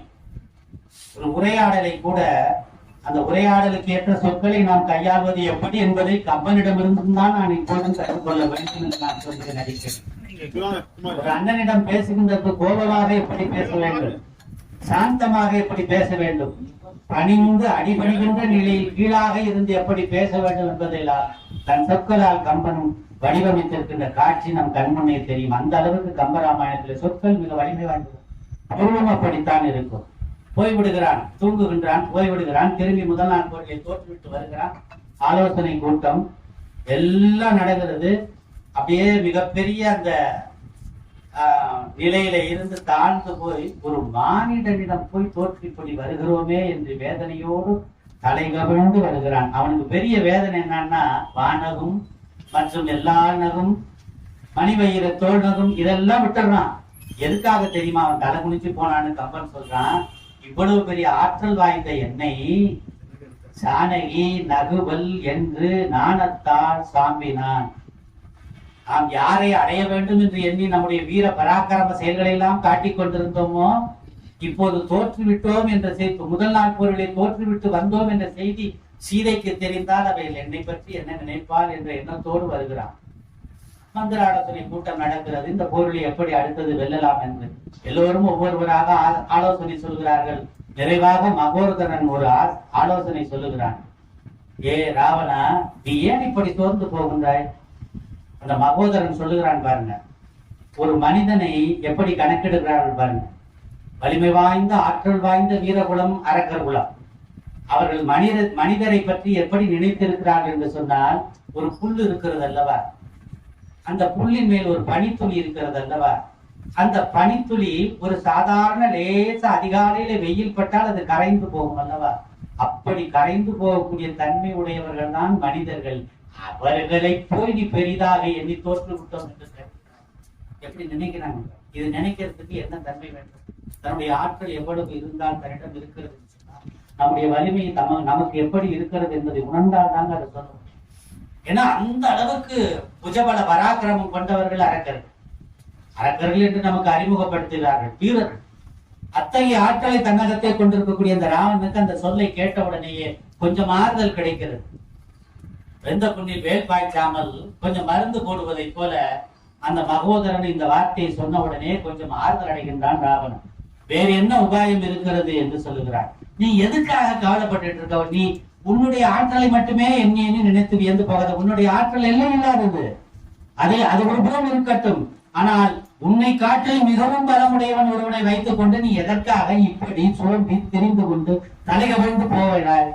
அது கும்பகர்ணனை அறிமுகப்படுத்த சொல்றான். ஒரு வார்த்தை சொல்றான், உன்னுடைய தம்பி கும்பகர்ணன் இருக்கிறான் பத்தியா, அவனுடைய வலிமை நீ மறந்துட்டியா? அவன் பார்க்கறதுக்கு எப்படி போன்றவன் தெரியுமா? சொல்றான் கம்பன் சொல்லுகின்றான், உங்களே போல்வான் மேனி. இருக்கிறதுலயே இந்த நாட்டுல எது பெரிய மலையா அந்த மலை மாதிரி தோற்றமுடையவன்டா. அந்த தோற்றத்தை பார்த்தோடனே எல்லாம் அஞ்சு நடுங்கி ஓடி விடுவான். அப்பேற்பட்ட தம்பியை நீ உறுதுணையாக வைத்துக் கொண்டிருக்கின்ற நீ தம்பி உடையான் படைக்கு அஞ்சலாமா? அப்பேற்பட்ட மேனியை தன்னகத்தை கொண்ட அந்த கும்பகர்ணனை மறந்து போனாய் என்று சொன்ன உடனே அவன் சொன்னான், நன்று சொன்னாய் மகோதரா, நன்று சொன்னான். ஆர்ப்பரிக்கிறான், சந்தோஷம் வந்துருச்சு. உடனே ஏவலாளிகளை எல்லாம் கூப்பிடுறான். கூப்பிட்டுட்டு போய் கும்பகர்ணனை எழுப்பி அவனை அழைத்து வாருங்கள் என்று சொல்லுகிறான். கம்பனுக்கு எப்பயுமே ஒரு தன்மை உண்டு. பின்னால் நடக்க போவதை முன்னால் சொல்லிவிடுவது என்பது கம்பனுடைய எல்லா பாடல்களையும் நீங்கள் பார்க்கலாம். அத்தகைய செய்தி இங்கே கும்பகர்ணனை எழுப்ப போனப்போ அந்த வீரர்கள் எப்படி போனாங்களாம், தென்திசை கிழவன் தூதர் தேடினார் செல்வார் என்னார். தென்திசை கிழவன் யமன். யமனுடைய தூதுவர்கள் ஒரு உயிரை பறிப்பதற்கு யமன் தூதுவர்களை அனுப்புவது வழக்கம்.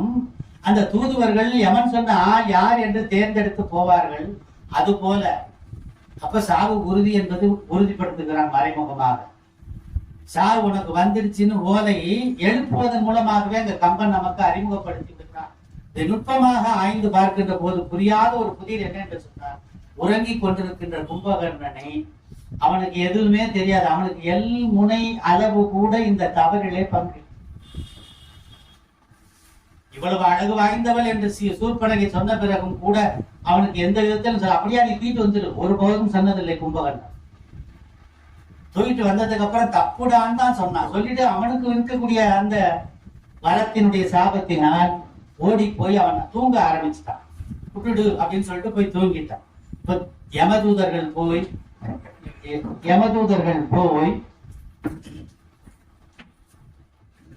அவனுடைய உடலை வகுவதற்கு அழைத்தது போல கும்பகர்ணனை அழைப்பதற்கு ராவனுடைய வீரர்கள் சென்றார்கள் என்று கம்பன் அந்த இடத்திலே நமக்கு காட்டுகிறார். அது மட்டும் இல்லைங்க, அந்த தூதர்களுக்கு ஒரு செய்தி தெரிந்திருக்கிறது வீரர்களுக்கு. என்றைக்கு ராவணன் முதல் நாள் போரிலே போய் இன்று போய் நாளை வா என்ற தகவலை பெற்று திரும்பி இலங்கைக்கு வந்தானோ அன்றே இந்த இலங்கை மாநகரம் முற்றிலும் அழிய போகிறது என்று அங்கு அந்த அரண்மனையிலே பணிபுரிகின்ற ஏவலாளர்களுக்கும் தெரிந்திருக்கிறது என்பதை கம்பன் இங்கே காட்டுகின்றான்.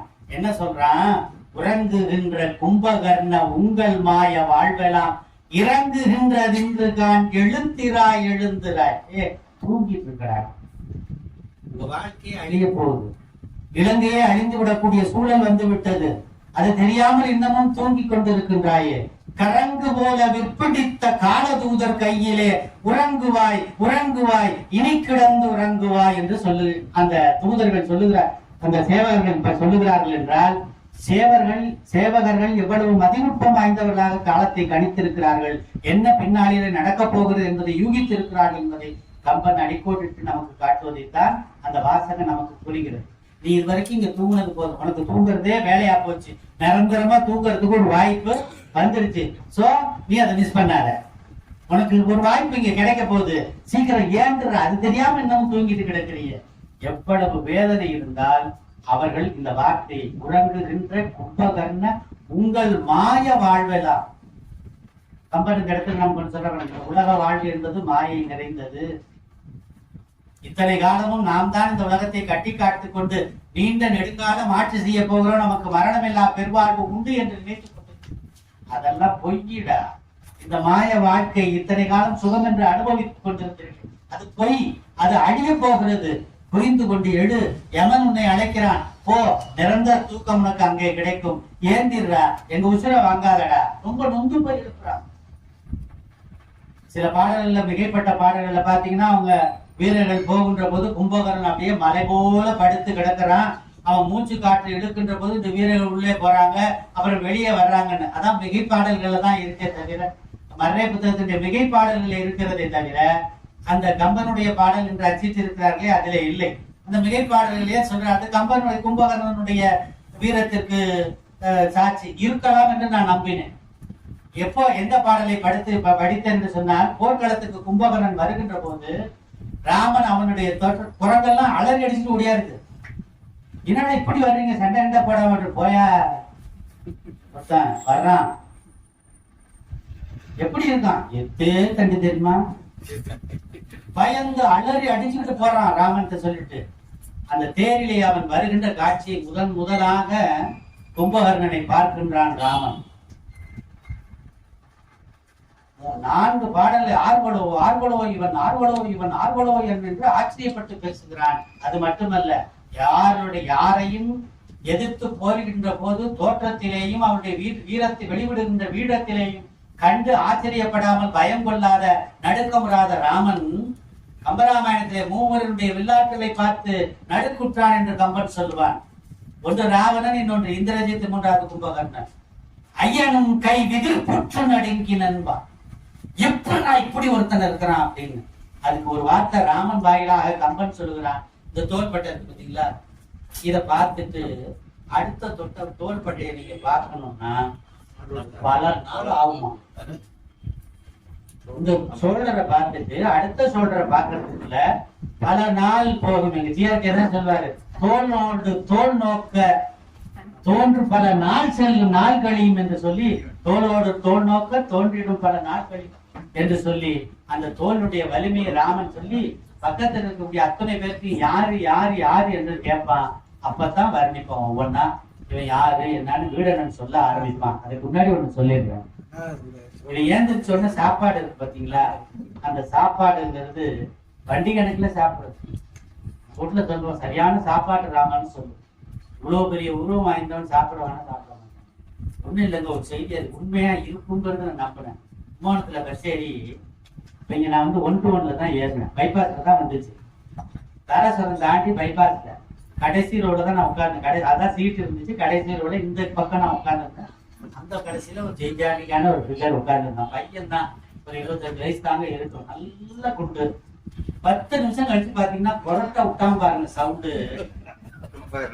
ஐயோ, எனக்கு கும்பகர்ணன் நினைப்புதான் வந்துருச்சு. ஆளா நல்ல ஒரு ஆளை இன்னைக்கு காமிச்சிருக்காரு கும்பகர்ணன். கம்பனுடைய கருணை எது என்று இந்த ஆளுக்கே இந்த சாதாரணமா காப்பி அடிச்சு சோதிக்கிறவனுக்கே இவ்வளவு சொன்னான்.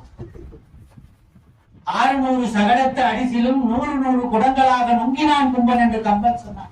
அவ்வளவு சாப்பாடு சாப்பிடறவன் எப்பேற்பட்டவன் அர்த்தம் யோசிச்சு பாருங்க. கற்பனையில இருந்தா இல்ல, அது வேற விஷயம் சார். எவ்வளவு ஆற்றல் உடையவனாக இருந்திருப்பான்னு பாருங்க. அவனை போய் எழுப்புன உடனே எழுப்பணும்னு அவன் கேட்கறது சாப்பாடு தான் முதல்ல கேட்பான். சாப்பாடு போடணும்னா பொண்ணு ஒன்னையே தின்னுக்குவான். அதனால முதல்ல சாப்பாடை கொண்டவை. 600 சகடத்து அடிசிலும் 100 குடங்களுமாக நுங்கினான் கும்பகர்ணன். அவன் சாப்பிட்டு முடிச்சதுக்கு அப்புறம் இப்படி நின்று ஏறுகின்ற பசியை எழுப்பினான். நான் பத்தலையா, அது யானை பசிக்கு சோளப்பொறி போட்டது மாதிரி பத்தல அவனுக்கு. உட்கார்ந்து அவன் யோசிக்கிறான். இப்ப தூக்கத்துல திடீர்னு நல்லா தூங்கிட்டு இருக்குள்ள, இப்ப நம்மளை எழுப்பினோம்னா என்ன பண்ணுவான், முடிப்பான். என்னடா இப்ப எழுப்பி விட்டாங்க, போல் வெளிச்சமும் தெரியலையே அப்படின்னு நினைச்சிட்டு நாம உட்காந்துருப்போம். அப்புறம் தான் ஜுரம் வரும் நமக்கு. பரீட்சைக்கு படிக்க எழுப்பி விட்டாங்க போட்டுக்கிறாரு இல்லையா, புக்கான்னு முழிக்கிறோமா இல்லையா நாம பாட்டுக்கு. அது மாதிரி அவன் அப்படி பாக்குறான். இப்படி பார்த்துட்டு ஒண்ணும் புரியல. சாப்பாடு இருந்து சாப்பிட்டான். சாப்பிட்டு முடிச்ச உடனே அமைதியா கேட்கிறான், ஏன்டா எழுப்புறீங்க? மறுநாள் அடுத்த நம்புவாங்க. எதுக்குடா? அங்க போய் கேளியா, எழுப்புறத பெரும்பாட போச்சு. இதுல வேற கேள்வி நீ கேட்கணும். போடான்னா போயிட்டான். போன உடனேயே ராவணன் அவனை பார்த்த மாத்திரத்திலேயே ரொம்ப அற்புதமாக அவனை வரவேற்று, சின்ன வயசுல இருந்து வளர்த்தவங்க, பார்த்து வளர்த்தவன். அப்பா இல்லாம வளர்ந்தவங்க எல்லாருமே. கும்பகர்ணன் ராவணன் தான் எல்லாருக்கும் தந்தை போல இருக்கு வளர்த்தவன். அப்படி கும்பகர்ணனை பார்த்த மாத்திரத்திலேயே அவன் ரொம்ப ஆச்சரியப்பட்டு மகிழ்ச்சியோட வா வா என்று அழைக்கிறான். அழைச்ச உடனே அவன் போய் சொல்றான் பாருங்க. அவன் பக்கத்துல போய் உட்கார்ந்துக்கிறான். யாரு? கும்பகர்ணன் உட்கார்ந்துக்கிறான். ராவணன் நிற்கிறான். 2 பேருக்கு உள்ள வேறுபாட்டை கம்பன் சொல்றான் பாருங்க. இருந்த போதும் ராவணன் நின்ற தெரிந்த தோல்வியில் உட்கார்ந்துதாங்க இருக்கான் கும்பகர்ணன். ராவணன் நிக்கிறான். இவன் உட்கார்ந்து இருக்கிறான், அவன் நிக்கிறான்னா 2 சமமா இருக்குன்னா எப்பேற்பட்ட ஆள் அவன். அதனாலதான் அவன் மலை போன்ற தோற்றத்தை தன்னகத்தே கொண்டிருக்கக்கூடிய வலிமை உடைய கும்பகர்ணனை பெற்ற பிறகு நீ எதற்காக வருந்துகிறாய் என்று மகோதரன் சொன்னான் பாருங்க. ஓங்கலன்ன மேனியான்னு சொன்னான் பாருங்க. இப்ப தெரியுதா, குந்திருக்கிறான், அவன் நிக்கிறானா, அவன் எவ்வளவு பெரிய ஜெயிச்சாடி இருக்கிறார். இதை சொல்லிட்டு நாம நினைக்கலாம், சரி இவன் பெரிய ஆளு, இவன் சின்ன ஆளு, இவன் அப்படிதான் இருக்கிறான். அடுத்த பாடல்ல கப்பன் சொல்றான், கிட்டக்க வந்து அமர்ந்து இருக்கக்கூடிய அந்த தம்பிய ஓடி போறான். ஓடி போய் ஆற தழுவ போகின்ற போது கும்பகர்ணனும் எழுந்து நிற்கிறான், ஆற கட்டி தழுவுகிறான். அது எப்படிப்பட்ட காட்சி என்று கம்பன் சொல்லுகிறான் என்று சொன்னால், நின்ற குன்று ஒன்று நீள் நெடும் காலோடும் சென்ற குன்றை தழி என்ன செய்கையானா. ஒரு குன்று எழுத்து நீண்ட காலோடு நின்றால் அது எப்படி இருக்கும்? ஒரு குன்று இன்னொரு குன்று ரெண்டு ஒன்னோட ஒண்ணு கட்டி தழுவினா எப்படி இருக்குமா? அது மாதிரி 2 பேரும் கட்டி தழுவி ஆற தழுவி அன்பை பரிமாறி கொண்டார். இப்படி எல்லாம் செஞ்சுட்டு போர்க்களம் செய்ய கோலத்தோடு கொண்டு வந்து நிறுத்திடுறாங்க. அது வரைக்கும் அவன் வாய் பேசவே இல்லை. அதனாலதான் நான் சொல்றேன், தாழ்விலான ஒரு தம்பி அண்ணன் என்ன செய்யறான், எதுக்கு எழுப்புனான், இது வரைக்கும் அவன்கிட்ட கேட்கவே இல்லை. போர்க்கோளம் பூனப்பட்ட பிறகு அண்ணன்கிட்ட போய் கேட்கிறான், எழுப்புன, சோறு போட்ட, அழைச்சிட்டு சொன்ன, உட்கார்ன, ஆற தழுவி அன்பு பாராட்டின, சாப்பிட்டியான்னு கேட்ட, சாப்பிட்டேன்னு சொன்ன, எல்லாம் சொன்ன, இப்படி எல்லாம் அலங்காரம் பண்ணிட்ட. இது போருக்கு போறதுக்கு செய்யக்கூடிய அலங்காரம் தானே, இதை ஏன் இப்ப செய்யற, எனக்கு சொல்லுன்னு கேட்க. அப்பதான் நடந்ததெல்லாம் சொல்றான். இந்த மாதிரி போனேன், வந்தேன், இங்க போய் நாளை வான்னு சொன்னா வந்துட்டேன். அப்ப கும்பகர்ணன் சொன்னான், ஆனதோ வெஞ்சமும் அருந்தவத்து அழகில் கற்புடை சானகி துயரினும் தவிர்ந்திலையோ, வானமும் வையமும் வளர்ந்த வான்புகளும் போனதோ பொன்றும் காலமே என்று புகுந்ததோ பொன்றும் காலமே என்று சொல்லி இன்னும் கொண்டு விட்டுலையாடா, அந்த பகை இன்னும் தீரலியா, சீதாதேவி இங்கதான் இருக்கிறாரா? அடப்பாவி பயலே, வானலாக உயர்ந்து வளர்ந்து இருக்கக்கூடிய நம்முடைய குலப்பெருமையும் உன்னுடைய அளப்பரிய ஆற்றலும் புகழும் போய்விட்டதோ, இதனால் புகுந்ததோ பொன்றும் காலமே. எல்லாம் போகுதுடா, சண்டை வந்துருச்சுன்னா எல்லாம் போக போது, இது தெரிஞ்சுன்னு விடாம இருக்கேன் புலம்புகின்றான். புலம்பிட்டு அவனுக்கு ஆலோசனை சொல்லிக்கிட்டே இருக்கிறான். இவர் இதெல்லாம் ரொம்ப தப்பு. அப்பதான் சொல்ற, அறம் தேவி, அறம் காக்கும் தேவி உன் ஆளுகையின் கீழ் இருந்து உனக்கு அடிபடுகிறாள் என்பதற்காக அறம் மீறி செயலை ஒருபோதும் செய்யாதே, அந்த அறமே உனக்கு கூற்றாக மாறிவிடும். இளங்கோவடியில் காட்டினார் பாருங்க, அரசியல் பிழைத்தோருக்கு அறம் கூற்றாகும் என்று சொன்னதை போல அறத்தின் தேவி உனக்கு அடிமையிலே இருக்கிறார் என்பதற்காக நீ என்ன வேண்டுமானாலும் அறம் பிழைக்கலாம் என்று தீங்கு நினைத்து தீய செயலை செய்யாதே, வேண்டாம், விட்டுடு என்று சொல்லுகிறான். இப்படி பலவாறாக சொல்லிக் கொண்டே வருகின்ற அந்த கும்பகர்ணன் இங்க ஒரு செய்தியை அழுத்தமாக சொல்லுகின்றான். ஒரே ஒரு செய்தி சொல்றேன் நான், அண்ணன்ட்ட சொல்றப்ப எப்படி சொல்றான் பாரு. ஒரு இடத்திலே தந்தையாக இருந்து அறிவு போதிக்கிறான். போர் துவங்குவதற்கு முன்பு உறங்க போறான் பாருங்க, அப்போ விட்டுட்டு போயிடுறான்னு சொன்னப்போ இப்ப சொல்றதெல்லாம் தந்தை போல இருந்து சொல்றான் பாருங்க. தையலை விடு, அவன் சரண் தாழ், நீ ஐயரு தம்பியதோடு அளவளாவி வாழ் அப்படின்னு சொன்ன. நான் சொல்றதை கேட்பேன். நம்ம அண்ணன் 5-6 பேர் இருக்கோம், எல்லாரும் ஒன்னா வாழணும். அது ஒரே ஒரு வழிதான், ரொம்ப சிம்பிள்.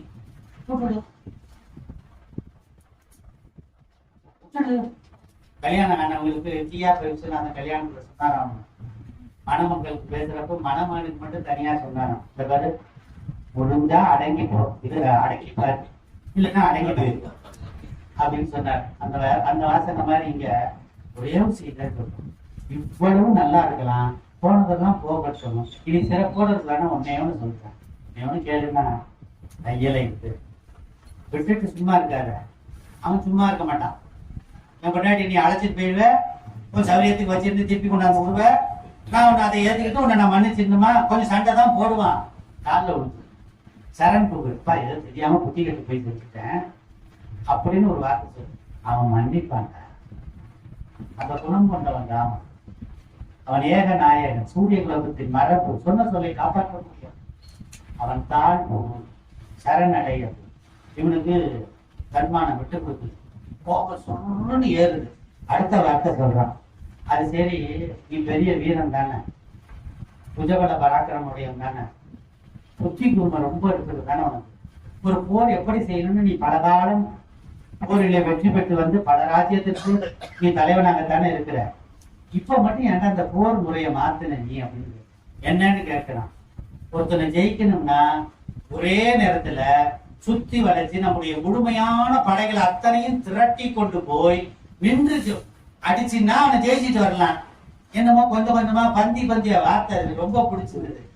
பந்தியாய் கூட்டமா போனா அடிக்கிறது கொஞ்சம் கஷ்டம் இல்லையாங்க, வரிசையா போனா சொல்றான். இருக்கிற படைகளில் சொல்றாங்க பாருங்க அந்த வாசகம், பந்தியில் படையை விட்டு அவை சிந்துதல் கண்டு என் திகைப்புற்றனை. இருக்கிற படையில கொஞ்சம் கொஞ்சமா கொஞ்ச நாளைக்கு காலாட் படை அனுப்புறது, கொஞ்ச நாளைக்கு குதிரை படை, அப்புறம் யானை படைய, அப்புறம் தேர் படைய, எல்லாத்தையும் ஒரே நேரம் அனுப்பியிருக்க வேண்டியதுடா. ஏன் செய்யல? மந்திரியாக இருந்து இந்த இடத்துல போர் ஆலோசனை சொல்லுங்கன்றான். அதெல்லாம் கேட்டுட்டு கடைசியில சொல்றான் வேண்டாம் விட்டுடு, அதுதான் நல்லதுங்கிறான். இவனை நாம போர் செய்வதற்கு துயில் எழுப்பினோம், இவன் நமக்கு அட்வைஸ் பண்றானே அது எனக்கு பிடிக்கல. உடனே சொல்றான், மானிடர் இருவரை வணங்கி அந்த பாடெல்லாம் உங்களுக்கு தெரியும். கும்பிட்டு வாழ்க்கையிலே நான் கூற்றையும் ஆடல் கொண்டே எவனே ஜெயிச்சவன் தான் நானு. உன் பேச்சை கேட்டுட்டு நான் போய் அவன் காலில் வந்து கும்பிட சொல்லிய, சீதையை விட சொல்லிய, எடுத்த காலை முன் வைத்தேன் என்று சொன்னால் ஒருபோதும் பின் வைக்க மாட்டான் என்று சொல்லி, நீ வேணா போ, யார் எங்கே வா, இங்கே படைகளை திரட்டு, சேனைகளுக்கு ஆணையிடு, நான் சொன்னேன் என்று சொல், மீண்டும் ராவணன் போர்க்களத்துக்கு போகிறான் என்று சொல்லி ஆணையிடுகிறான் வீரர்களுக்கு. உடனே என்ன பண்றான், அந்த இடத்துல தம்பியாக ஒரு அடிமையாக அண்ணனுடைய திருவடியை பற்றி கொண்டு அவன் சொல்லுகின்றான், பொன்னடி வணங்கி நீ பொருத்தியதுனா தப்பு பண்ணிருந்தா கைசரி பொறுத்துக்கும். போனா நல்லா வாசிச்சு பாரு. இந்திர பதவி வேறுன்னு சொன்னேன், தேவலோகத்தை உன்னுடைய ஆலய கீழே கொண்டு வரணும்னு சொன்னேன், அதையெல்லாம் ஜெயிச்சு கொடுத்தவன் நான் தானே. சொல்லி காட்டுறேன்னு நினைக்காத, நானும் பயப்பட்டவன். அப்படி ஏதாவது மனம் கொண்டுவரும்படி நான் சொல்லியிருந்தால் நீ இதை பொருத்தியல், இதை கூப்பி மண்டிட்டு வேண்டுகிறான். யாருங்க செய்வா அந்த காலத்துல? நம்ம தம்பிங்க நன்மை செய்வாங்களா சொல்லுங்க. இந்த விஷயத்தை விடுங்க, ஏதோ ஒரு காரணத்துக்காக ஏதாவது ஒண்ணு இல்ல, இந்த வாட்டி 10 கிலோ நெல் விளைஞ்சிருக்கா, எனக்கு அதை கொடுத்துடுறேன், அடுத்த வாட்டி நீ எடுத்துக்கிறான்னு சொல்லுங்க. அவன் வேதனை அவனுக்கு தெரியும், அவன் வீட்டுல அவன் சம்சாரம் உடனே உள்ள அங்கேயும் நம்ம பார்க்கணும் முடியாது. ஆனால் இங்க அவனுக்கு நெருக்கடி வந்த போது கூட அண்ணா என்னுடைய வீரத்தை நீ எள்ளி நகையாடிவிட்டார். இந்திர பதவியும் தேவலோகத்தினுடைய பதவியும் வாங்கி போரிட்டு கொடுத்தவன் நான். போருக்கு அஞ்சுகிறேன் என்று சொல்லவில்லை. நீ எப்பேற்பட்ட ஆற்றல் வாய்ந்தவன், நம் குலம் தலைக்க வேண்டும், நம் பண்பாடு சிறக்க வேண்டும் என்பதற்காக உனக்கு இந்த ஆலோசனையை சொன்னேனே தவிர போருக்கு போகமாட்டேன்னு நான் சொன்னேன் இல்ல. இப்பயே நான் போருக்கு போறேன்னு கிளம்புறான். கிளம்புன உடனே கும்பகர்ணனுக்கு ராவணனுக்கு கொஞ்சம் சந்தோஷம் வந்துருக்கு. சந்தோஷம் வந்த உடனே அவன் சொல்றான், எல்லாம் சொல்லிட்டு போவேல சொல்றான், நான் சண்டைக்கு போறேன், திரும்பி வருவேன்னு சொல்ல மாட்டேன். இது வரைக்கும் போனப்பெல்லாம் திரும்பி வருவேன்னு சொல்லிட்டு போனேன். மரணம் தனக்கு நிச்சயம் என்று தெரிந்த பிறகும் கூட ஒரு தம்பி தன் அண்ணனுக்காக துணிந்து போர்க்களத்துக்கு போகிறான் என்று சொன்னால் அவன் தாழ்விலாத தன்மை உடைய. எனக்கு சாய் வரப்போகுது, அண்ணன் தப்பு செஞ்சுட்டான்னு தெரியுது, ஊர் உலகமே காரி துப்புற அளவுக்கு உடைய செய்கை தான். இருந்தாலும் எனக்கு தந்தையாக இருந்து எனக்கு சோறிட்டு அவன் வளர்த்த இந்த ஊனும் உடலும் எனக்கு அவனுக்கு உரியதை தவிர வேறு யாருக்கும் இல்லை. நீதியாவது நேர்மையாவது சொல்லி பார்த்தோம். அண்ணன் தவறு செய்தவன் தான், இருந்தாலும் அவனுடைய தாழ் சரணடைந்து அவன் இட்டபணியை செய்வது உண்ட சோற்றுக்கு செற்றோற்று கடன் என்று எண்ணி அவனுக்கும். அதனால் அவன் தாழ்விலாத ஒரு தம்பி, எல்லாவற்றையும் மறந்தான். யாருக்கு அந்த குணம் வரும்? சாவி எனக்கு சொல்றான், விதி வென்று இவன் வருவன் என்று உரைக்கிலன், விதி என் பிடர் பிடித்து உண்டுதலையான அறிவேன். நான் சாதாரணமா தூக்கத்துல எழுந்ததுக்கு அப்புறம் போர் நடந்துச்சுன்னா ஜெயிச்சல் இருப்பேன்டா. பாதிலே எழுப்பிட்டிய, பாதிலே எழுப்பி என்ன போர்க்களத்துக்கு போனா செத்து போகுங்கிறது எல்லாருக்கும் தெரிஞ்ச ஒண்ணு. தெரிஞ்சு நீ எழுதிட்டேன், காமம் உன் கண்ணை மறைச்சிருச்சு, என் உயிரை படி குடிக்க துணிஞ்சிட்டேன் அப்படிங்கிறதுக்காகலாம் உண்மையில நான் வஞ்சனை தீர்க்க. என் அண்ணன் விவரம் தெரியாதனால எனக்கு தோல்வியணும் மார்க்கியணும் தூக்கி போட்டு வளர்த்து வளர்த்து கேட்டதையெல்லாம் கேட்பதற்கு முன்பாகவே கொடுத்து அழகு பார்த்தவன் நீ. உனக்கு இந்த உடம்பு இல்லாம நான் வேறு யாருக்கு கொடுக்க போகிறேன் என்று சொல்லு. கோவையில மறுபடியும் ஒரு ரெக்வெஸ்ட் பண்றான், அண்ணா என்ன ஜெயிச்சுட்டான்னு வச்சுக்க, இலங்கை காவல உன்னையும் வெல்வது உறுதி. என்ன ஜெயிச்சுட்டான்னா அந்த வார்த்தையை பாருங்க, வார்த்தை அதுதான் சொல்றாங்க, என்னை வென்றுளவியனில். அப்ப என்ன ஜெயிக்க முடியாது. ஒரு வீரனுக்கு அதுதாங்க முக்கியம், தன் மேல மிகுந்த தன்னம்பிக்கை இருக்கணும். அந்த தன்னம்பிக்கை இருந்தால் எப்போதும் வாழ்க்கையில ஜெயிச்சிடலாம். சொல்றான், என்னை வென்றுளவியனில் சொல்றாரு பாருங்க, இலங்கை காவல உன்னை வென்று உயர்தல் உண்மை. உன்னை வென்றுட்டு அவன் உயர்ந்து போயிருப்பாங்க. புரிஞ்சு சொல்றான். அடுத்த வார்த்தை சொல்றான், இன்றைய நாள் வரை முதல் சொல்லி முடிக்கிறான். இதுதாங்க ரொம்ப கிளைமேக்ஸ். நீங்க பாத்தீங்கன்னா எல்லாம் சொல்லி முடிக்கிறான். என்ன ஜெயிச்சுட்டா உன்னை ஜெயிச்சிருவான், அப்பயாவது குத்தி வந்து நீ மாறிடு, இல்லைன்னா அவன் உயர்வான், நீ தாழ்ந்து போயிடுவான். தாழ்ந்து போவான்னு கம்பன் சொல்லல, என்னை உன்னை வென்று உயர்தல் உண்மைதான். அப்புறம் நீ ஆட்டோமேட்டிக்கா விழுந்து போவது. கம்பன் இப்ப தமிழ்ல எப்பயுமே வந்துங்க நல்ல சொல்லத்தான் அதிகமாக சொல்லுவார். கம்பன் கூட ராமன் சீதை திருமணத்துல வந்து எள்ளு இருக்க இடமில்லை என்று சொல்லி பின்னாடில சொல்லுவாங்க. எள்ளுதான் ரொம்ப சின்னது, அங்க பயன்படுத்துகின்ற வார்த்தை உளுந்துன்னு போடுவார். இது அமங்கல சொல்லுக்கு பயன்படுத்துவது எல்லைன்னு வள்ளுவர் சொன்னார் அல்லவா, தீயவை தீய பயத்தலால் தீயவை தீயின்னு மெஞ்சப்படும் என்பதை போல. இந்த சொற்களை கூட கம்பர் எல்லா இடத்துலயும் தாராளமா பயன்படுத்தும். எல்லாம் முடிச்சுட்டாங்க. முடிச்சதுக்கு அப்புறம் நான் முடிச்சிடுறேன். முடிச்சதுக்கு அப்புறம் ஒரே ஒரு செய்தியை சொல்லுகிறான் பாருங்க, அண்ணா முன்னாடி ஆலோசனை சொன்னதுக்காக வெகுண்டு போருக்கு பயப்படுறான்னு நினைச்சு நீ வேண்டாம் நானே போறேன்னு சொன்னப்போ நீ இதை பொருத்தியல்னு சொல்லி காலில் விழுந்தான்.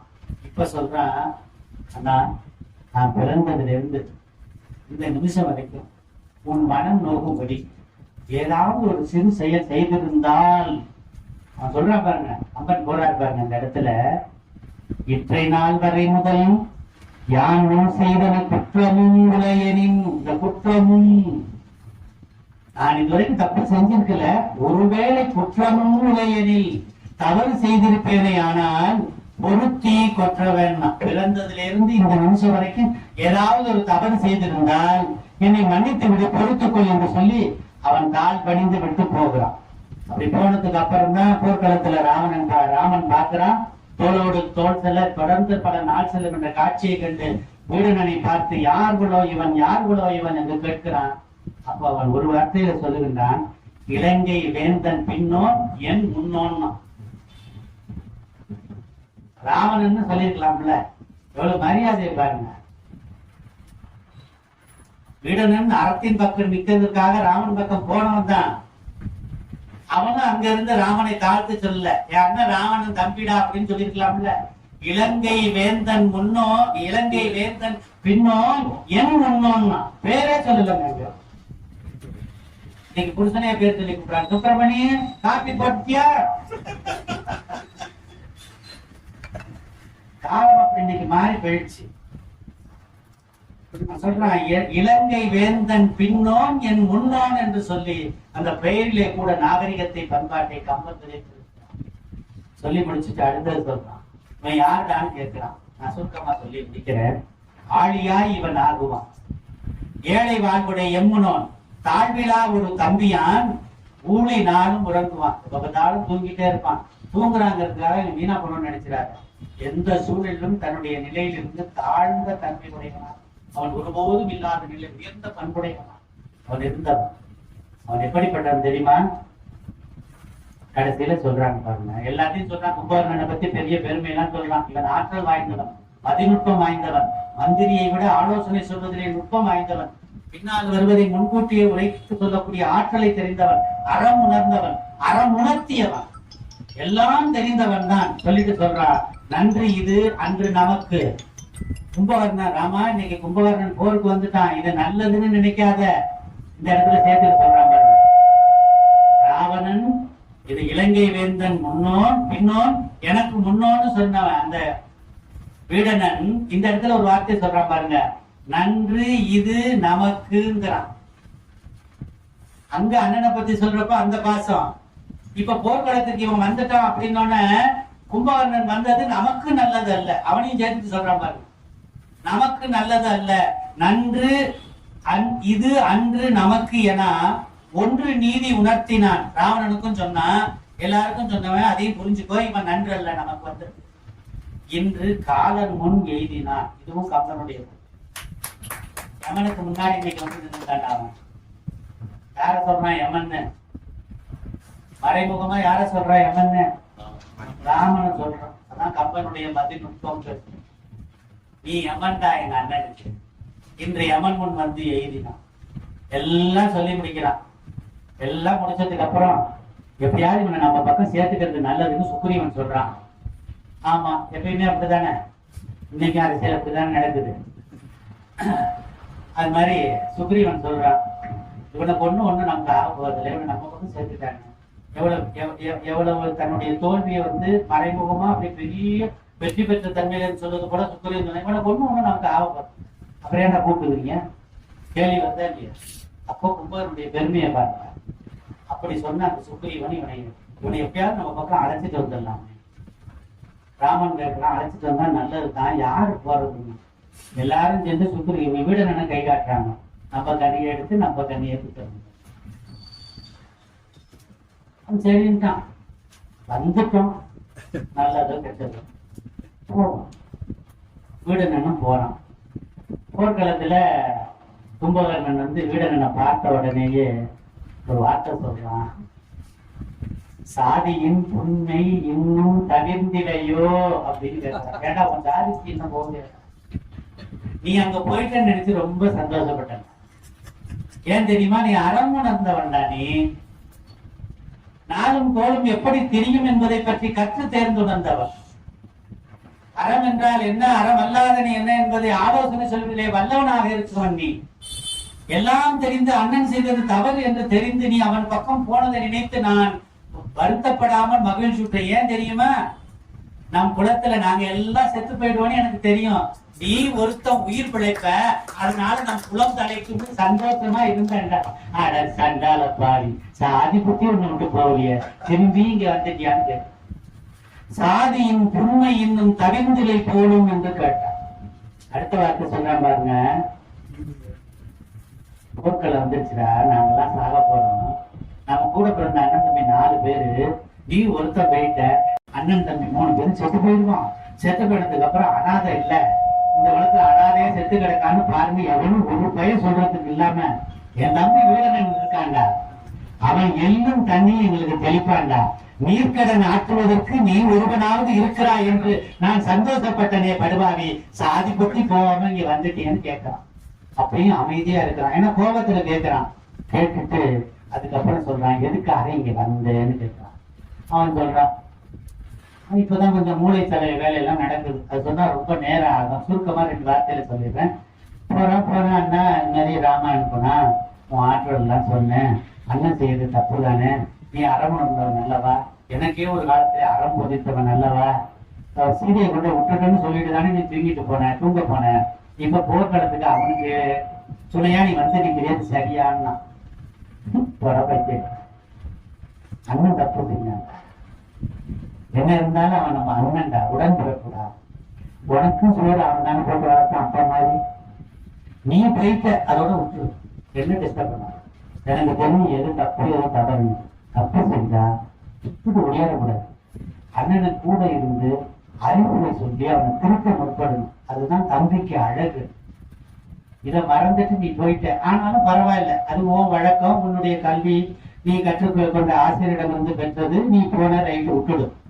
நான் அப்படி அல்ல, அவன் தப்புதான், அவன் செஞ்சது தப்புதான், இப்பவும் சரின்னு சொல்லலே, ஆனால் என்னை அவனை அனாதையா விட்டுட்டு போகக்கூடாது. வளர்த்தவனுக்கு உயிர்படாது அங்கு போகேன், என்னை வளர்த்தவன்டா, அவன் விட்டுட்டு நான் உன்னோட உன் பக்கம் வரேன்.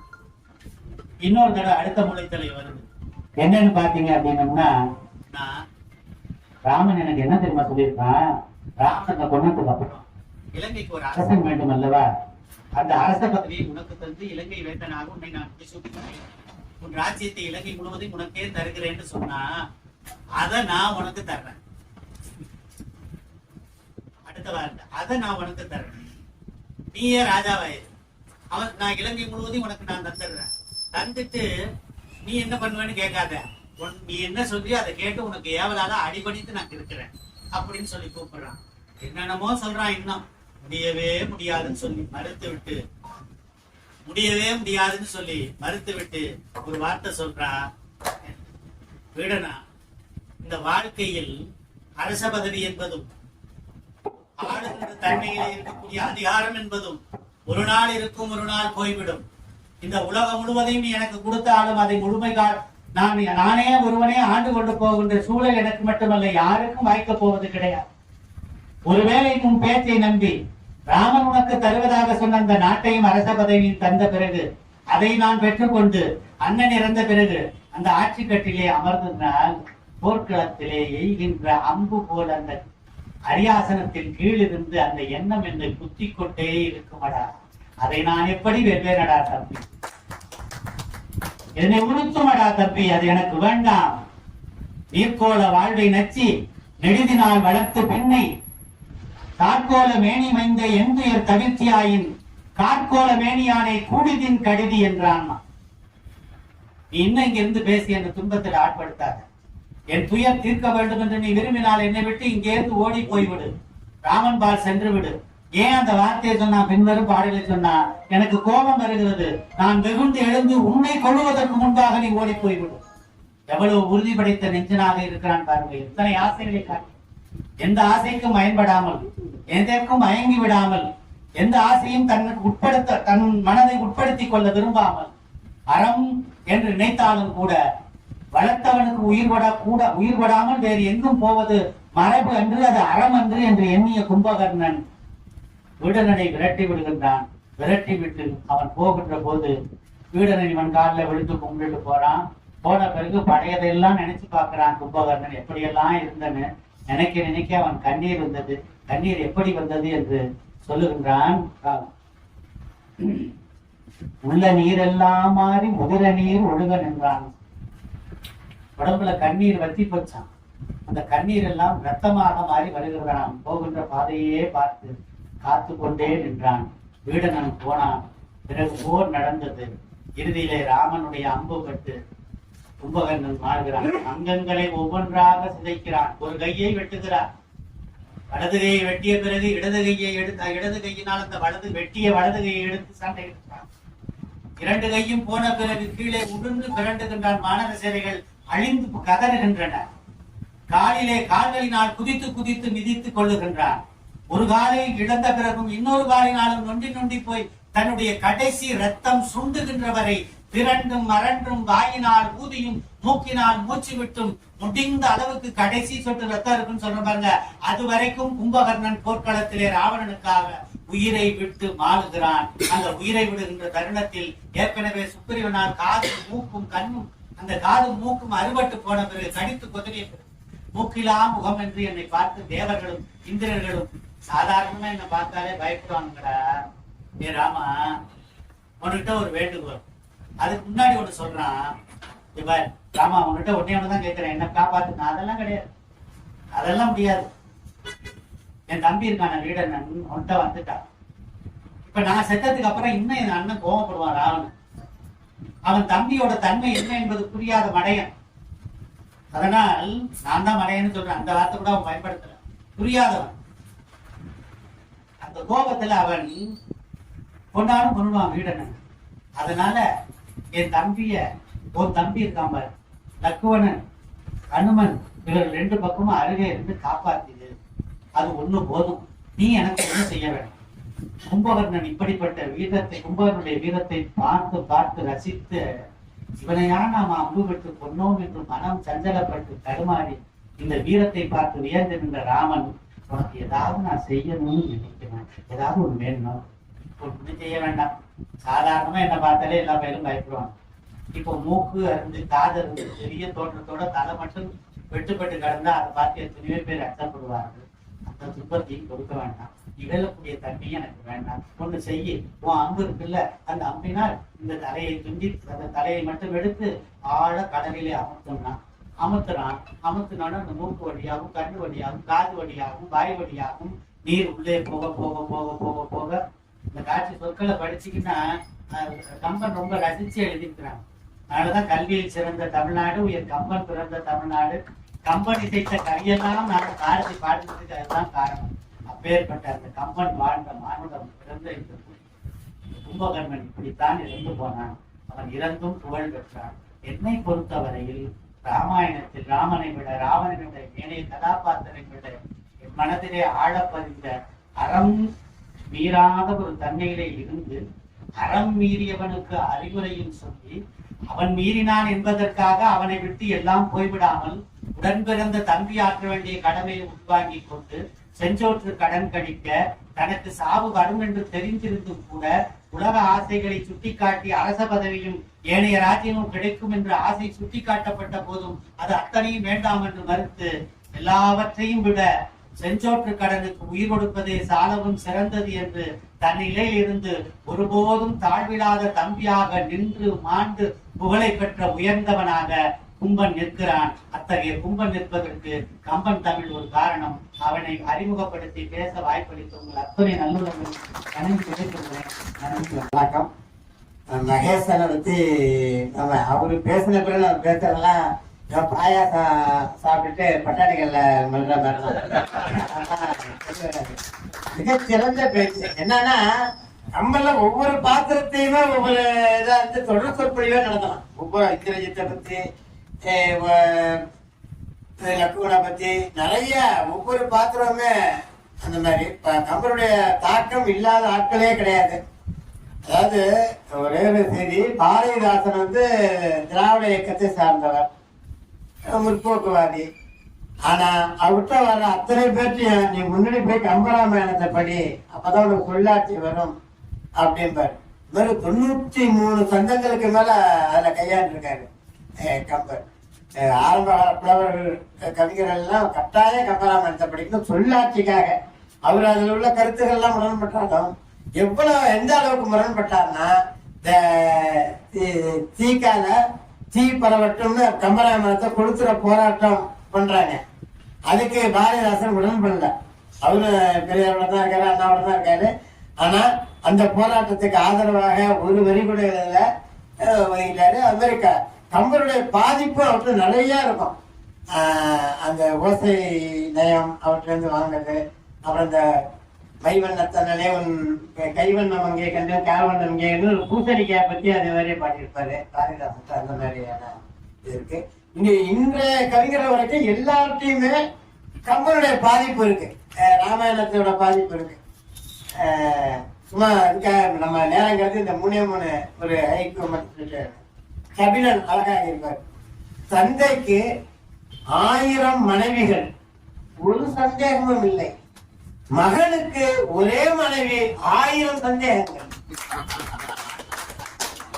சீதை தீக்குளித்தார், நிரூபிக்கப்பட்டது ராவணன் கற்பு. சீதை தீக்குளித்தார், நிரூபிக்கப்பட்டது ராவணன் கற்பு.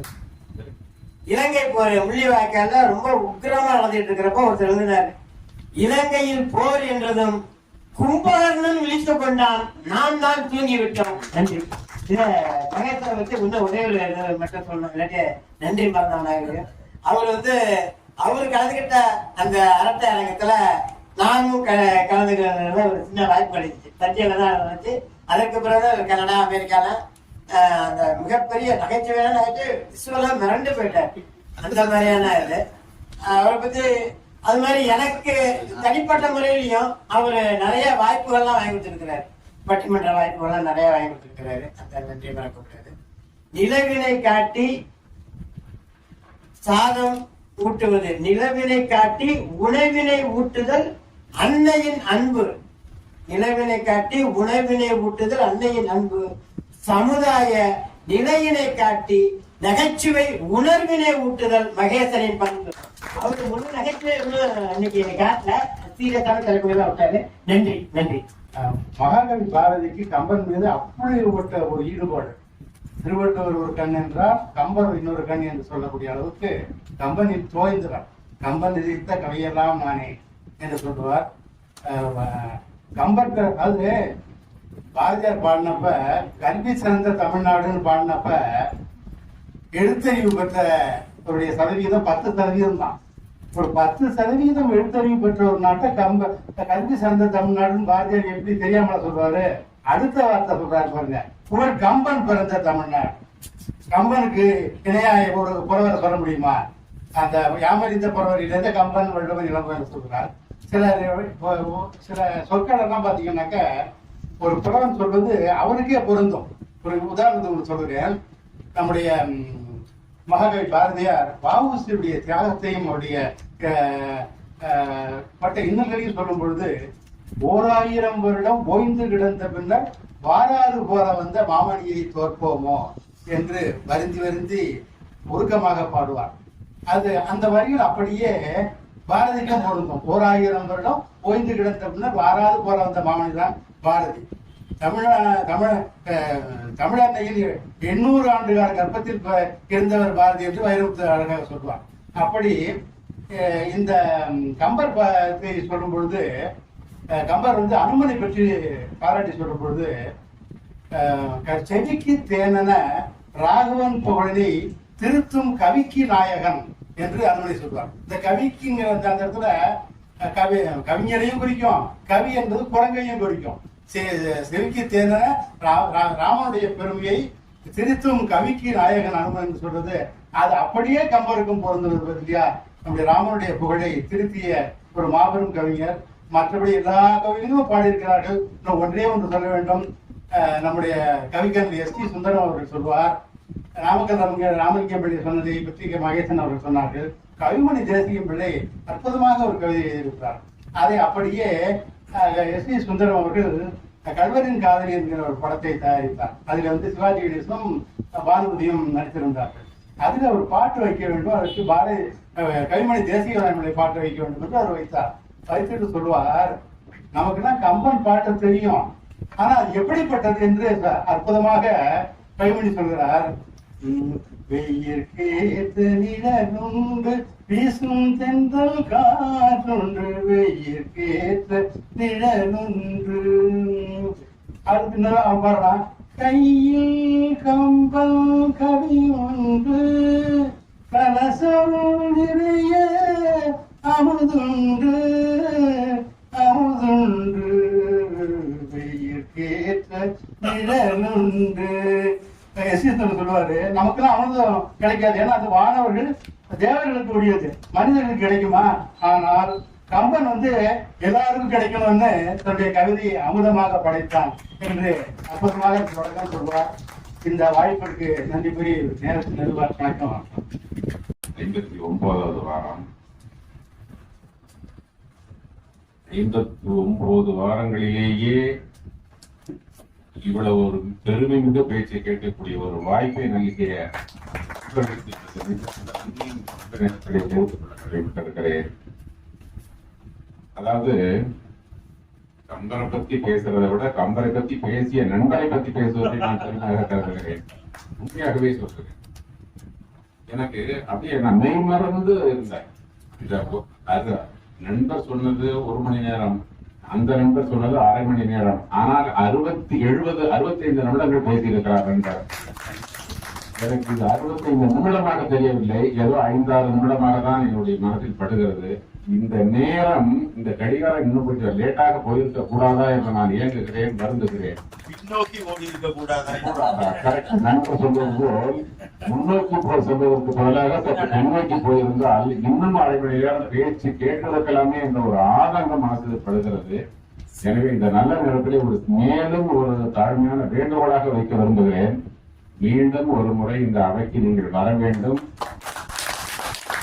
அவசியம் நீங்கள் பேச வேண்டும், அந்த பேச்சை நாங்கள் நுகர வேண்டும் என்று கேட்டு வாய்ப்புக்கு நன்றி கூறி கிடைக்கிறது. நன்றி, வணக்கம்.